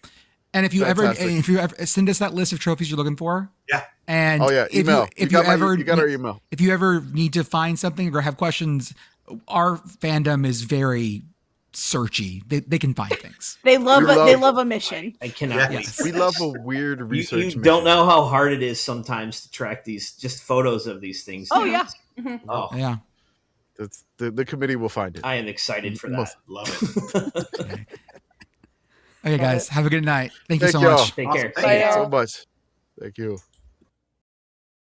This episode is brought to you by Progressive Insurance. Do you ever think about switching insurance companies to see if you could save some cash? Progressive makes it easy to see if you could save when you bundle your home and auto policies. Try it at progressive.com. Progressive Casualty Insurance Company and Affiliates. Potential savings will vary. Not available in all states. Truckers aren't just moving goods. They're making sure bakers get their chocolate chips and hotels get their tiny soaps. But truckers can't do this if they're not on the road. That's why Progressive has over 360 heavy truck employees to help truckers stay on time and on track. Quote truck insurance today in as little as 8 minutes at progressivecommercial.com. Progressive Casualty Insurance Company and Affiliates. For a small business owner, every day is full of surprises. Some great, some not so great. Like when a client cancels their order at the last minute. But here's a surprise you will like. Progressive provides small business owners with 30 customizable coverage options to help keep their business going strong. So go ahead, surprise yourself. Get a quote in as little as 8 minutes at progressivecommercial.com. Progressive Casualty Insurance Company and Affiliates and third-party insurers. Coverage is not available in all states or for all vehicles and coverage selections. We found out fun things tonight, guys. We had like a really. We I did. know. I'm We so did find some excited. fun things. Well, you know what I think it's time for now? Oh Welcome everyone to the Sickles Committee podcast. This is our podcast for the evening of. I already did that. no, That's it's the part ad of the read, dude. episode. Well, it's the ad read, but also I have my Buzzball. last World Cup buzzball. Yeah, The I think we gold should melon. take a hydration break. I gotta go down to my fridge to get my buzzball out because I didn't want it getting warm while I was Gotta keep sitting that here. buzzball fresh. Okay, I'll do So- copy. It's fine. Pausa de hidratación. Yeah, we can That's either right. we can Please either all pause it. pause or someone can do the ad read, and I know at least I'm gonna go get my buzzball. Do the ad read. We're Yeah. good. As always, the official exclusive apparel brand of the Sickles Committee is Home Field Apparel.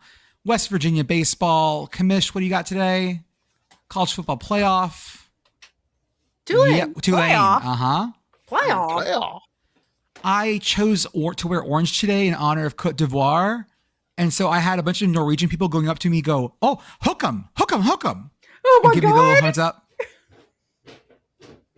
They knew hook 'em. I am sad that I do not get to experience the World Cup fans in the wild. Same. Obnoxiously adorable. Pit Boyfriend asked me today if I wanted to go to Philly on 4th of July just to hang out with the France fans. And, I don't know that the France fans seem as fun. Norwegian fans were a lot of fun. Cote d'Ivoire fans were dancing and singing. It was great. That sounds great. That sounds great. Hanging out with French soccer fans seems like hanging out with Alabama football fans. Oh, yeah. No disrespect. It's just like you have the unstoppable killing machine right now, and that's not fun. Use our offer code yes, yes, 3 ha's for 15% off your first order. Go to Live Sports because Live Sports are fun. Mm-hmm. Use Vivid Seats. Use our code SICKOS20 for $20 off your first purchase of $200 or more. Sign up for our Beehive, where we do our writing. Joey and I right now are working on an article for next week about why the group stages are the best parts of the World Cup. Correct. And the knockouts are less interesting. Join our Patreon.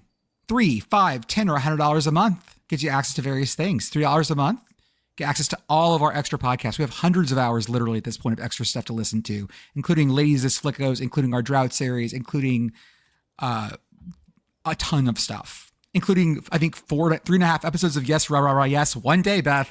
We're bringing that back. We'll do that back when both of our lives stop being flaming wrecks. Go to our merch store, sickoscommittee.org, where you can get our Pausa de Hidración and Tarjeta Roja y Tarjeta Amarillo. Oh, I got mine. It's out there. Yeah. I got one too. My Pausa de Hidratación koozie arrived today, and listener, it's so good. It's like printed on the bottom and everything, and the stitching's really nice. It's a high quality koozie. It is well worth your $6 plus shipping. Summon the podcat. Hi, podcat. Are you too pausing for Hidratación, podcat? I mean, most of the time. Yeah. Arthur is. He got his buzzball, which is the Brazil one. The Brazil one's good. Yep. The Caipirinha. KP Crush or Kaipi Crush. I don't know. Yeah. I always, like, any word where I'm not sure how to pronounce it, I pronounce it like it's like Japanese written out. It's like, oh, phonetically. Yeah. Well, no, but specifically using Japanese pronunciations. Oh, gotcha. So I would say like Kaipi for this, but I don't know that that's right for Brazil, for Portuguese. Go to our YouTube. Oh, go ahead. No, go ahead. Go to our YouTube, go to our Instagram, go to our TikTok, go to our Twitch, where I'm not going to be on there with a blank map of Europe and redrawing lines around the Balkans because convinced that I can't do that. Shout out to Message Board Geniuses podcast. Think of the places we refuse to go. And shout out to our friends over at Feed Your Mascot podcast, Jeff and Blue. And they talk about the culture around college football.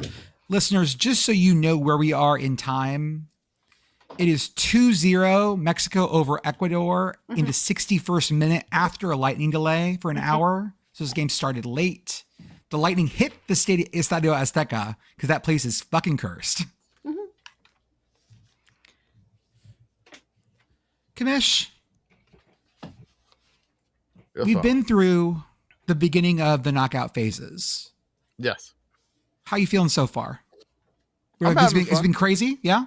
It's been fun. It's been good. Like all the knockout games have been great. Can I argue one that wasn't? Yeah. I'm gonna disagree. Really? Because Canada, South Africa was.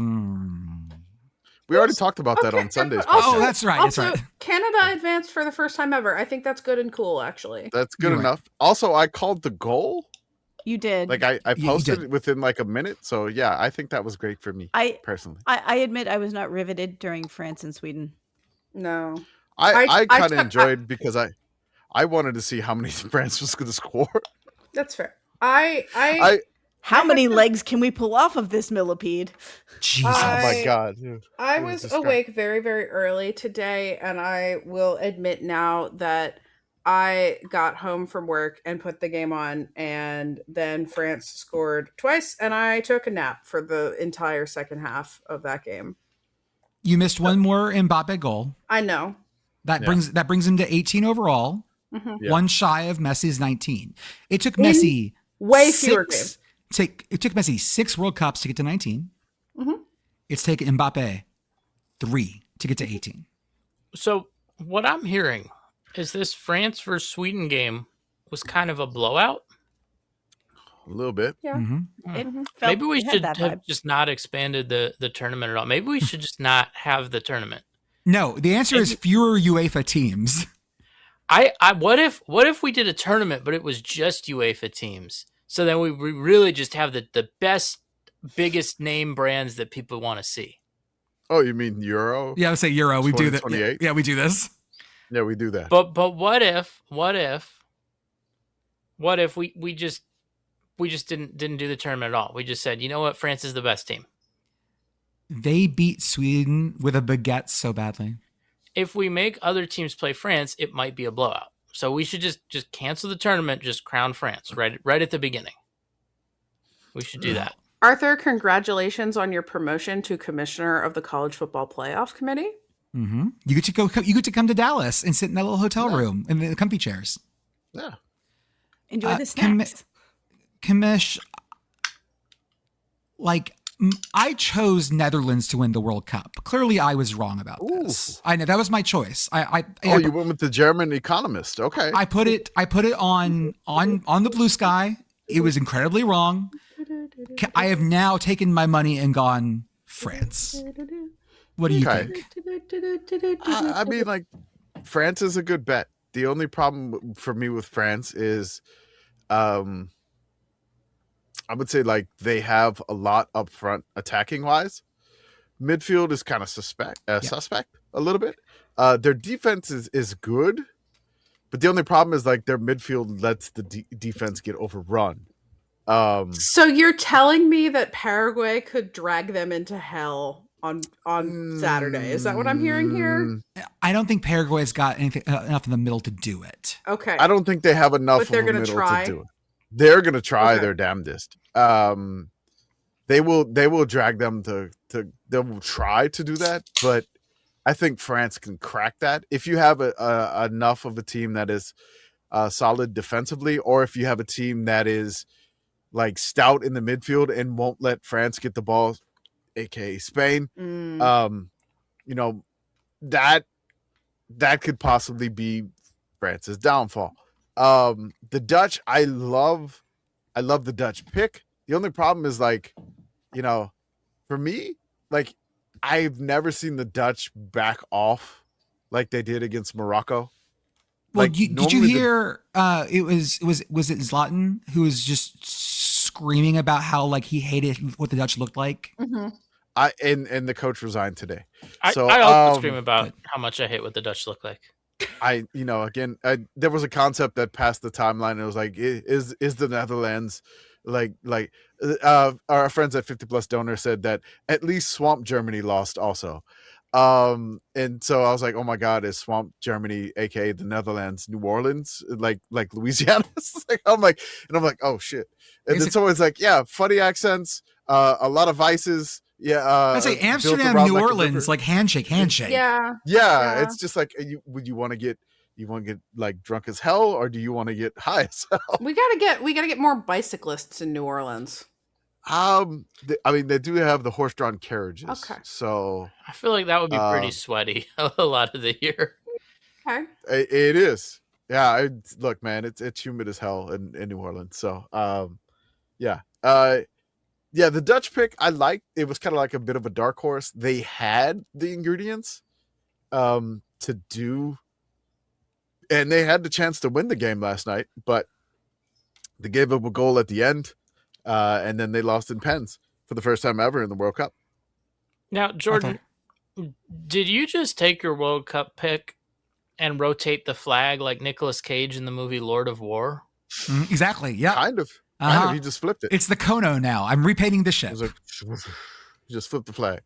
Was it like 90 degrees? Because 90 will do it. 90 will do it. Yeah, 90 will do it. Yeah, well, right. I saw somebody on Blue Sky talking, and I agree, broadly speaking, with someone on Blue Sky was saying that the France kits where it's like blue top, white shorts, red socks is one of the best kits at this World Cup. And I do agree, but also they are like, that's not the French flag goes the other way, guys. You need to be like red on one side and white in the middle and blue on the other side, because your stripes go the other way, guys. Like you're doing the stripes wrong. That's not how the stripes work. You can blame that on Nike. So do you guys like the colored soccer shirts? No, I hated that shit. I like it. When I like it sometimes. I think it's good on France. I like it on France. Okay. I like on Uruguay. No, hated it. I mean, it thumbs down for Uruguay in general. I think we can. You know, as a country, yes. Man, I hated I played like soccer in high school. Yeah, and we were not good at all. We were awful. But like one year we had the collars, and I was like, I could not stand the fucking collar. Like I hated collar jerseys. I will never buy a collar jersey ever in my life. Really? Like if one of my teams has a collar, I could not stand the damn thing when I was playing in it. And like it was itchy, it was scratchy, and I was like, it was just like I'm sweating, and then there's a freaking collar on me. I'm like, get this off of me. It was just awful. I don't know I don't even know who made this shit in like the mid 90s or whatever, but like it was just not fun. And then like, you know, the next year you're on like the JV team and you got the jersey without the collar. I'm like, God, I can breathe again. But no, I hate all soccer collars. Like Arsenal had one year, and I'm like, hey, it looks nice. I'm not fucking buying it. It's just like I'm not gonna buy that kid. I hate the collars. I feel like if you're gonna wear a uniform with a collar, it has to be for like a fancy ass team. Like I feel like the New York Yankees should wear collared uniforms. Collared baseball jersey. Like I love it. Yeah. I feel like Team Penske and IndyCar should have collars on their fire suits. If the Yankees are wearing a collar, it needs to be the old-fashioned starch collar that's not attached to the shirt. Oh, like a Elizabethan ruffle. Well, that would work. Underneath, it's like an undershirt. Oh my god! What if we made the Yankees wear Dickies? Excuse me whilst I tie my baseball cravat. Wasn't there a MLB team that, like, I think within the past decade or so, that played a game in shorts as like a throwback thing? Oh, that was a long time ago. It was in the 1970s. The Chicago White Sox had shorts. Okay. In like the 1970s, they may have did a throwback with that, but yeah, the Chicago White Sox had shorts for like with really high socks. It really didn't. It was just not great. Okay, but on this note, like, can we take a second? Like, why are all the baseball players just wearing like regular ass long pants now? As opposed to what? As opposed to like the baseball pants with the socks. So there's an option. Okay, so there's like when you were playing baseball, which I played a lot all throughout high school, intramurals, and college and whatnot. You could just basically pull your pants up to your knees to show your really high socks. Yes. Mm-hmm. There was an option where you had the stirrups. The stirrups are the ones that they look like stripes at the very bottom. Mm-hmm. You could basically, what we would do with the stirrup is like twist the stirrup one extra thing over our foot to make it look like a sock the whole way. So we would get the stirrups and like just look like a sock, and you would just hide the weird stirrup stripe, and then you would roll up your pants to about your knees, and you just showing off like sock the whole way instead of like that. So I mean, some players would do that. A lot of middle infielders would do it, like your dirtbag shortstop or your dirtbag second baseman that would do that. Like the one that when I say dirtbag, I mean like the one that's always dirty for some odd reason. Yes. Like he's diving on the ground and his parents hate him so much to wash the jersey. Teammate. Yes. The one that's like, I'm rolling around on the ground. I have my ambient cloud of dirt. No one knows where it came from. It's fine. That's right. I've for some odd reason I dove for a ball that I had no chance of getting. Basically, that was just. This is my emotional support, Haboob.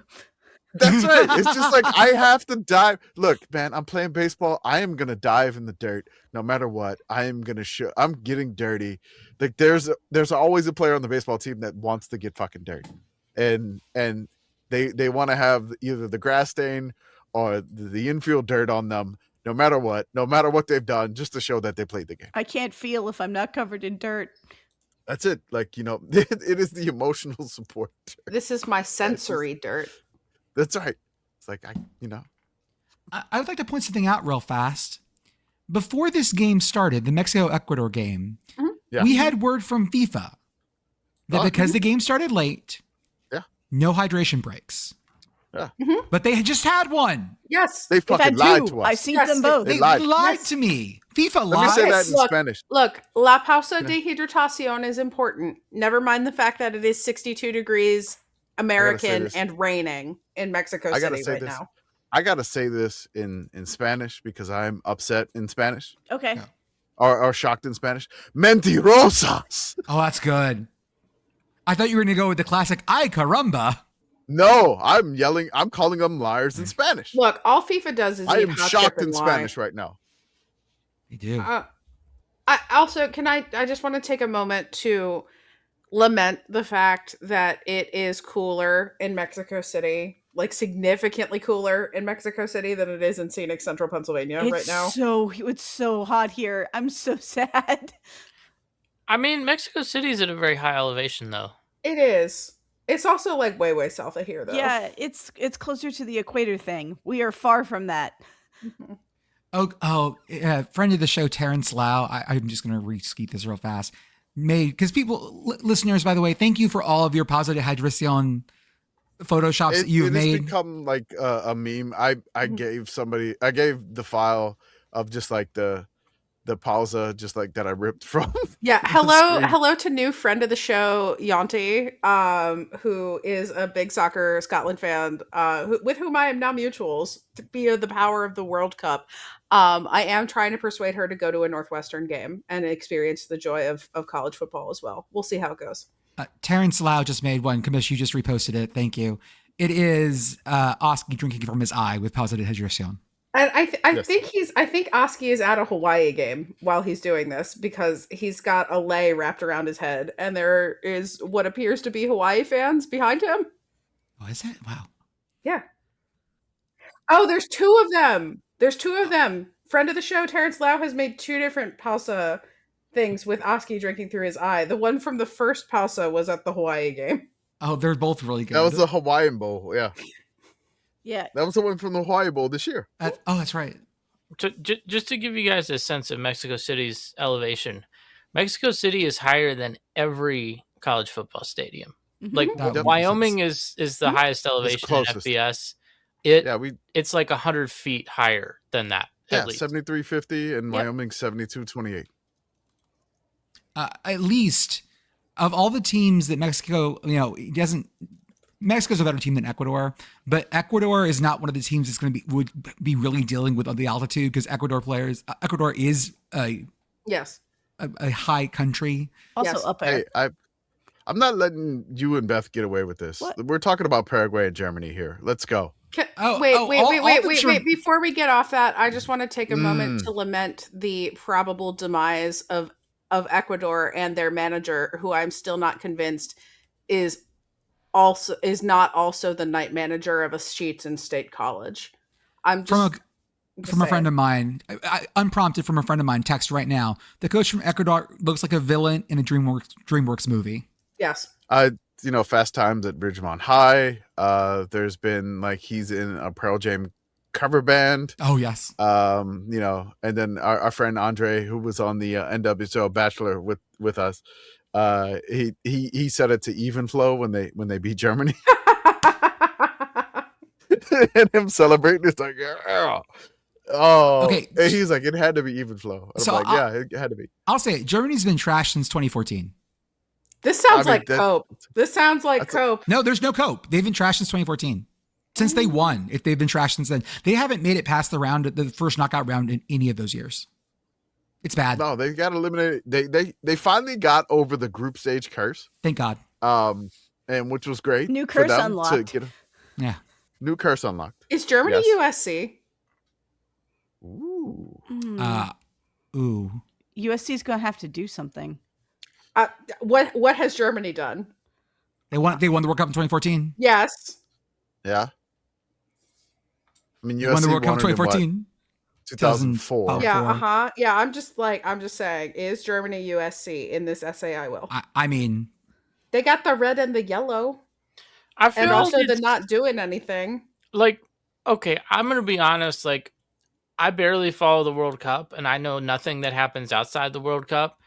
Is it fair to compare teams that get a shot once every 4 years to teams that get a shot every year? Because when you're like, oh, Germany hasn't won the World Cup since 2014.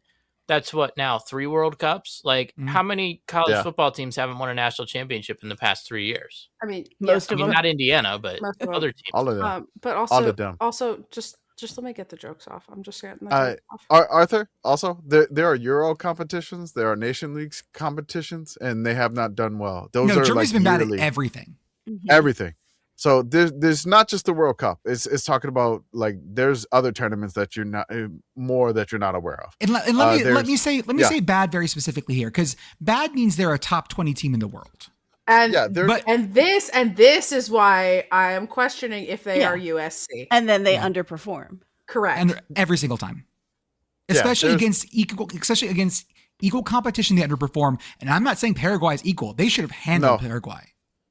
Paraguay was 41st. Yeah. Germany was 10th. You know who kicked the shit out of Paraguay? That's right, the U.S. men's national team. Eagle. What? Like it's hard? No. You want to do the transitive property, because the last game in the warm up, the going away game, was the United States versus Germany. Germany won 2-1. Right. United States beat Paraguay 4-1, and then Paraguay beat Germany 1-1, 4-3 in penalties. We got the circle of suck. Okay, good. There was some drama with the penalty kicks, because the penalty kicks went 40-year-old Manuel Neuer made the save to get it to the next round. Nobody for Germany wanted to take the kick. Nobody for Germany wanted to take the 6th penalty kick.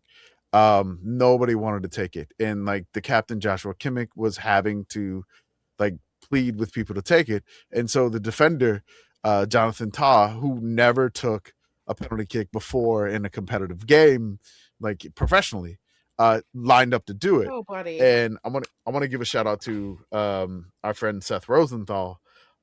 He had a post where it said, "I just saw, this chimney company that was called Absolute Chimneys." And it reminded him of like an announcer saying something in a soccer game when somebody blasts a penalty over the bar. Mm-hmm. So Jonathan Tah, shout out to Absolute Chimney the ball over the. But I mean, he's a defender. He's a center back. It's just like kind of what happened with Arsenal. Like a center back's taking a penalty. Yeah, it's not his fault, man. How on fucking earth do you have a country like Germany who engineers everything, and you have no plan for this very foreseeable situation? How? No, the players refused it. That's like wild. They didn't want to take it. This is Germany. Wild. People don't refuse things. They were refusing. Don't at me. I've been there. What's German for they didn't have that dog in them? Hundenlos. There you go. So I mean, again, it was a bad day for Germanic speaking peoples. Just so we're real clear, it was a bad fucking day, because Dutch is basically German. Yeah, Dutch is C German. They what if we just have multiple double vowels? Yeah. So now we Dutch. have. What if German was somehow even more ridiculous? Got Austria left. We got nice Germans left, and then 1% of Belgium does speak German. Yeah, that's true. Also, thank you to literally everyone on Blue Sky who started posting. We have been in serious problem after Netherlands started losing. Problem. Yeah, that's it. Is Jar Jar Dutch? That was kind of one of the most.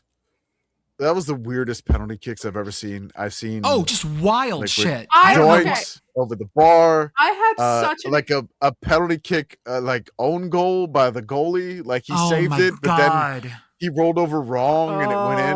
So just bad. So as we've previously established on this podcast, I'm the sleepiest bitch alive, and I stayed up to watch this game, and I fell asleep on the couch, and then I woke up like during penalties because the TV got loud, and it was because of the keeper making the save and then accidentally kicking the ball into the goal. Like I woke up to see that, caught the end of penalties, and then went to bed last night. Just like It was wild. That game was nuts. I can't believe that there wasn't any red cards in that game. And then the ref was not giving anybody a card. He was like, no card. Nothing. He only gave one card for that entire game, Morocco, and nothing. There was a guy had to change his shirt twice because of blood. Yeah. And there was only one yellow card. Decision is no card. Decision is no There card. was one and part the guy where that we had went full scrapping, and I'm like, card? No. The guy that had to change his jersey after the blood was the one that made the game-winning penalty kick. Mm-hmm. He had to change his jersey twice because of blood. Listeners, I want to be really clear here. They were wearing a white jersey. It was soaked. Yeah. It was soaked in blood. It was just like, you got to be kidding me with the blood. This was the guy who ate it and was bleeding out of his head, right? Yes. The head wounds bleed a lot. Yeah, that they do. I mean, you're a Pennsylvanian when you have to say that. The second anybody mentions a head wound, we all have to say the head wounds bleed. But they do. They do. Like, I agree. I've been booped. It's like just a boop, and it still bleeds a lot. Mm-hmm. It was fun in that game because it was 0-0, and I was like, Netherlands, you need to put on the 6'6" guy, Wout Weghorst. Mm-hmm. And he gets on the field, and the goalie was just like, the Netherlands goalie's like, just kicks a goal kick or whatever. Like, they pass it back to the goalie. He's like, I'm going to kick it towards the 6'6" guy. And he hits a header, and it sets off a break for the Netherlands, who scores. And they take the lead 1-0. I was like, just sometimes it's just like, why do tactics when big man do trick? Like, just I want to give full credit to Morocco here. Morocco is only ranked one spot lower than the Netherlands in the world ranking. Higher. They were one higher. Morocco Sorry, was thank 7. you. Yeah, Morocco good. Morocco is an amazing. Morocco is an amazing team, and this game was good, but minus the weirdest penalty set of penalty kicks I've seen in a long time. Yeah, the 120 minutes was great. Yeah, I will not say this. Were deeply haunted. I will not say the same thing about Paraguay, Germany as being 120 minutes of good soccer. No. That was not. That was not 120 minutes of good soccer. No, Paraguay was playing for pens, and like Germany just didn't have like a plan in attack. Like they couldn't break down. And Germany had fundamental breakdowns in all of the moments where you can't. Yeah. In the final third, it was just they fell apart. Yeah. Germany in the final third was like, "Hey man, we got the Arsenal guy that can head stuff in, and let's send it to him." And it's just like cross and pray. I mean, he made one for a goal. I mean, he missed the penalty, but like other people missed penalties, and then like it got all the way to the 6th. I don't know, man. There's the weird foul. There's like, oh, I don't know about that foul, and I was like, yeah, they're gonna take that away. But like Germany, just like they're stuck between generations. I'm going to say that. I agree. They're stuck between like the World Cup generation, and they're in between a new crop of players that are coming, and so this team was kind of like a mismatch, old and new, like old and young, and. You don't have the old grizzled veterans. These are just, you know, it's not the boots heading up the stairs. These are the silken slippers going back down the stairs. Yeah, it's just something, that's good. Girl, I saw that face. But Kamish, here's my argument. Germany shouldn't have this problem. You're Germany. No, there should be no missing gap generation. Oh yeah, should be. You're not Italy. You're not Italy. USC ass team. I mean, okay, but so here's something to point out, right? Mercedes F1 team looks great right now. They won this past weekend. I mean, maybe that's just where all the German sports stuff goes. Hey, look, there's we're in the F1 country now. Mm-hmm. So, I mean, I don't want to hit on the Bundesliga. It's great. Because like you see Bundesliga stars that are doing stuff like Michael Olise, but he plays for France. Right. Like a lot of your Bundesliga stars are not necessarily Germans. But I mean, like Austria's still in it. A lot of Bundesliga players. Switzerland's still in it. A lot of Bundesliga players. Oh, another Germanic speaking country. That's okay. Yeah. I mean, like a million languages in Switzerland. So like we count them. Yeah. No, but German's the majority. We count them. Yeah. Mm-hmm. So like it's just something that the type of players that they have now, it's like it turns into the country where it's like, hey, you're this European country. You produce like 3 world-class right backs, and that's all you got. Make do with this in the World Cup. It's just like, okay, you got like a striker, but you're trying to play the striker as like a midfielder. No, that's not going to work. Or you have a great midfielder, a defensive midfielder, and you're playing him at right back because you have a deficiency there. So, like, yeah, you're trying to plug in holes that you have, and you're trying to make stuff work. And that's what makes the World Cup great, because certain nations have certain players, have certain like deficiencies in their teams, and they're not perfect. There's always like a flaw, because I mean, as we discussed with France, like their midfield is not necessarily the best, Right. But their offense is so good it doesn't really matter. So it's what it is in Germany. Like they can refresh, they'll redo. They going to be the dominant, 2006? Maybe it's the Texas Longhorns. Like, they haven't done anything, but I mean, are they going to do the dominant stuff? It takes time, and these are like generations. You have to like go through players, because it's every 4 years. But the Euros and the youth system, they'll get. Germany knows what it's doing. It's just like they got to figure out and develop the talent. Hey, Pit Girl, how much did you love Erling Haaland in cowboy hat and boots? So much. He's great. Yeah. I like him so much. Can I just say, his calves? Come on Yeah. now. I mean, His calves are amazing. Gigantic What? soccer player in cowboy boots. What else? And hat. What else do you need? Y'all What can is- kiss my Dallas. Is that what the shirt? That's what the shirt says, That's what right? the shirt says. Sorry, y'all can kiss my Dallas. Yeah, I'm in my head- extremely here for Erling Haaland goes on side quests. Just give him some more side quests. They're important.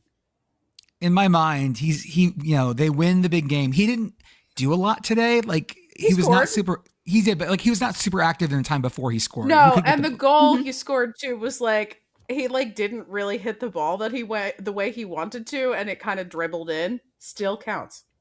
Still counts. Like he after the goal, he was like, Like you can it see counts, his though. face being like, "That's not how I wanted that to go."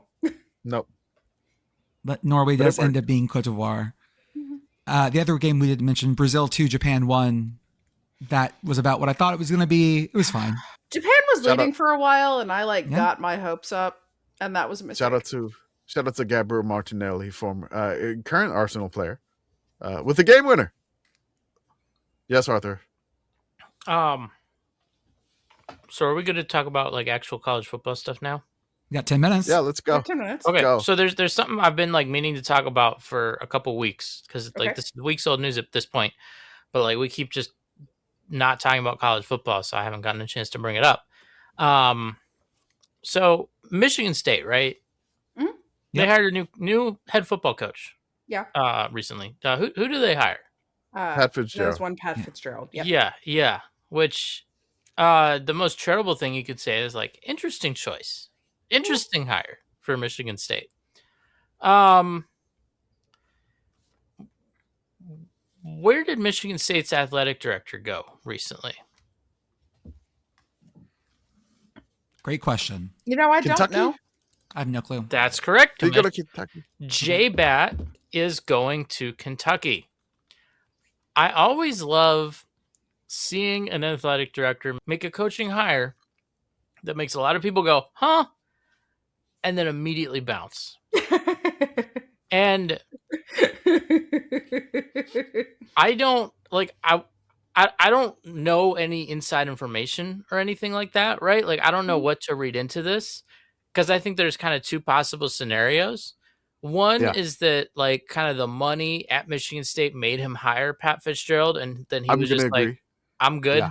I'm out. I'll go somewhere else. I that kind of happens. I think I would go with that one. Yes. And Um, And the other scenario? I mean, the The other other? scenario was he just made the hire and he was like, yeah, like I don't really like, I'm just trying to get my next job. I just get this hire over with and move on. I like the third scenario where he already knew he was going to have another job and this is the, you know what, screw these guys, hire. I'm burning it down on Yeah. the way out. Yeah. Mm-hmm. I do if that is The Homer Simpson with the bridge thing. Mhm. yeah. No, if that's an option, I really do respect that level of pettiness. And this, so J-Bat, he came to Michigan State like about a year before leaving. I'm 'cause sorry. He was at Georgia Tech. BD, breaking news. We're about to get a he covering his mouth decision as red card. Yeah, I think we are. Oh. That's what I was looking at. Arthur, go on. He covering his mouth. I love the athletic director who shows up, makes a hire, and immediately leaves. Like, I know, Pit Girl, I know you've seen this with a basketball coaching hire. Yep. But man, like, we've gone to the tape. I would not feel decision great about Roja. this if I was Michigan State. Michigan State is also apparently still paying this guy. Like, there's some weird clause in his contract about, because I think Michigan State also lost like their president or something, and that triggered a clause in his contract where like J-Bat is leaving but still like getting paid by Michigan State, and then Kentucky is now actually getting him as their athletic director. But yeah, I mean, I just wanted to bring that up because I haven't seen a lot of people talking about it outside of like specific Michigan State people. And I just think it's an interesting thing to come back to once we see how Pat Fitzgerald's Michigan Decision State is red card. Decision is red card. Jordan, hit the button. Decision is red card. Yep, he's headed off. Campbell in the 94th minute. Okay, cool. They're down 2-0, so it probably didn't matter. Again, if you're gonna say fuck your mama, just say it. I mean, the good news is that, you know, when you get on the Southwest flight to get home, you get to pick your seat first. That's nice. Let's see here. Kamish, why don't you pick something off the list of things we've put off last week? What do you want to talk about for 5 minutes? At least I'm gonna have to probably turn one into a beehive because like Big 12 is now sponsored by Monster Energy Drink. Yeah. So the Big 12 is sponsored by. Wait a minute. Like Jordan had suggestions, was like the Big 10 should be Monster. I'm like, no, the Big 12 is sponsored by Monster. Big 12 should be Fire Our Energy. I'm like, no, but the Big 12 is sponsored by Monster. So I may have to turn it into a beehive. I have to assume that was because they had to wait for Dana to leave because getting that man off of his Red Bull wasn't going to happen. If we want to do conferences as energy drinks, there's no way the Big 12 is actually Monster. No. Like, the Big 12 is going to be, right? Like, the Big 12 is the conference that's doing the private equity thing. Like, the Big 12 is going to be some, like, Zest. No. It's going to be futuristic. It's going to be like, this is the future of energy drinks, and it's a powder with 200 milligrams of caffeine. But Zest is too like weirdly charming to be the Big 12, as terrible as it is. Drink Zest. The Big 12 is giving Bang energy to me. I've never had Bang before. I also don't drink Bang. I just think that's what the Big 12 is. I think they're Bang energy. Well, if anyone has any Big 12 questions. Yeah, I want you to ask every coach their favorite flavor of Monster Energy. I will say I'm a little bit sad that the Big 12 is sponsored by like just regular black can green M Monster Energy. Like, we can't even get a white Monster here. Like, we can't be Peach Monster. I like that the Big 12 shares a sponsor with Riley Herbst. That feels appropriate to me. What else does Monster sponsor? Riley Herbst and Ty Gibbs. Yeah, it's like mostly motorsports. Ty Gibbs is actually like okay. I can't talk too much about that. I mean, motocross, BMX, mountain bike, skate, surf, snow, and ski. They're a McLaren. Do they sponsor monster trucks? I think they do. I don't know that they do. I don't know that there's a Monster Energy monster truck. Monster Energy. Monster Energy Google's things. Energy. Looks like 2012 to 2021. So they did, but they stopped doing it. They sponsor Papa Roach. They sponsor Papa Roach. So if I'm doing conferences by energy drinks, I'm saying that the SEC is Monster Energy.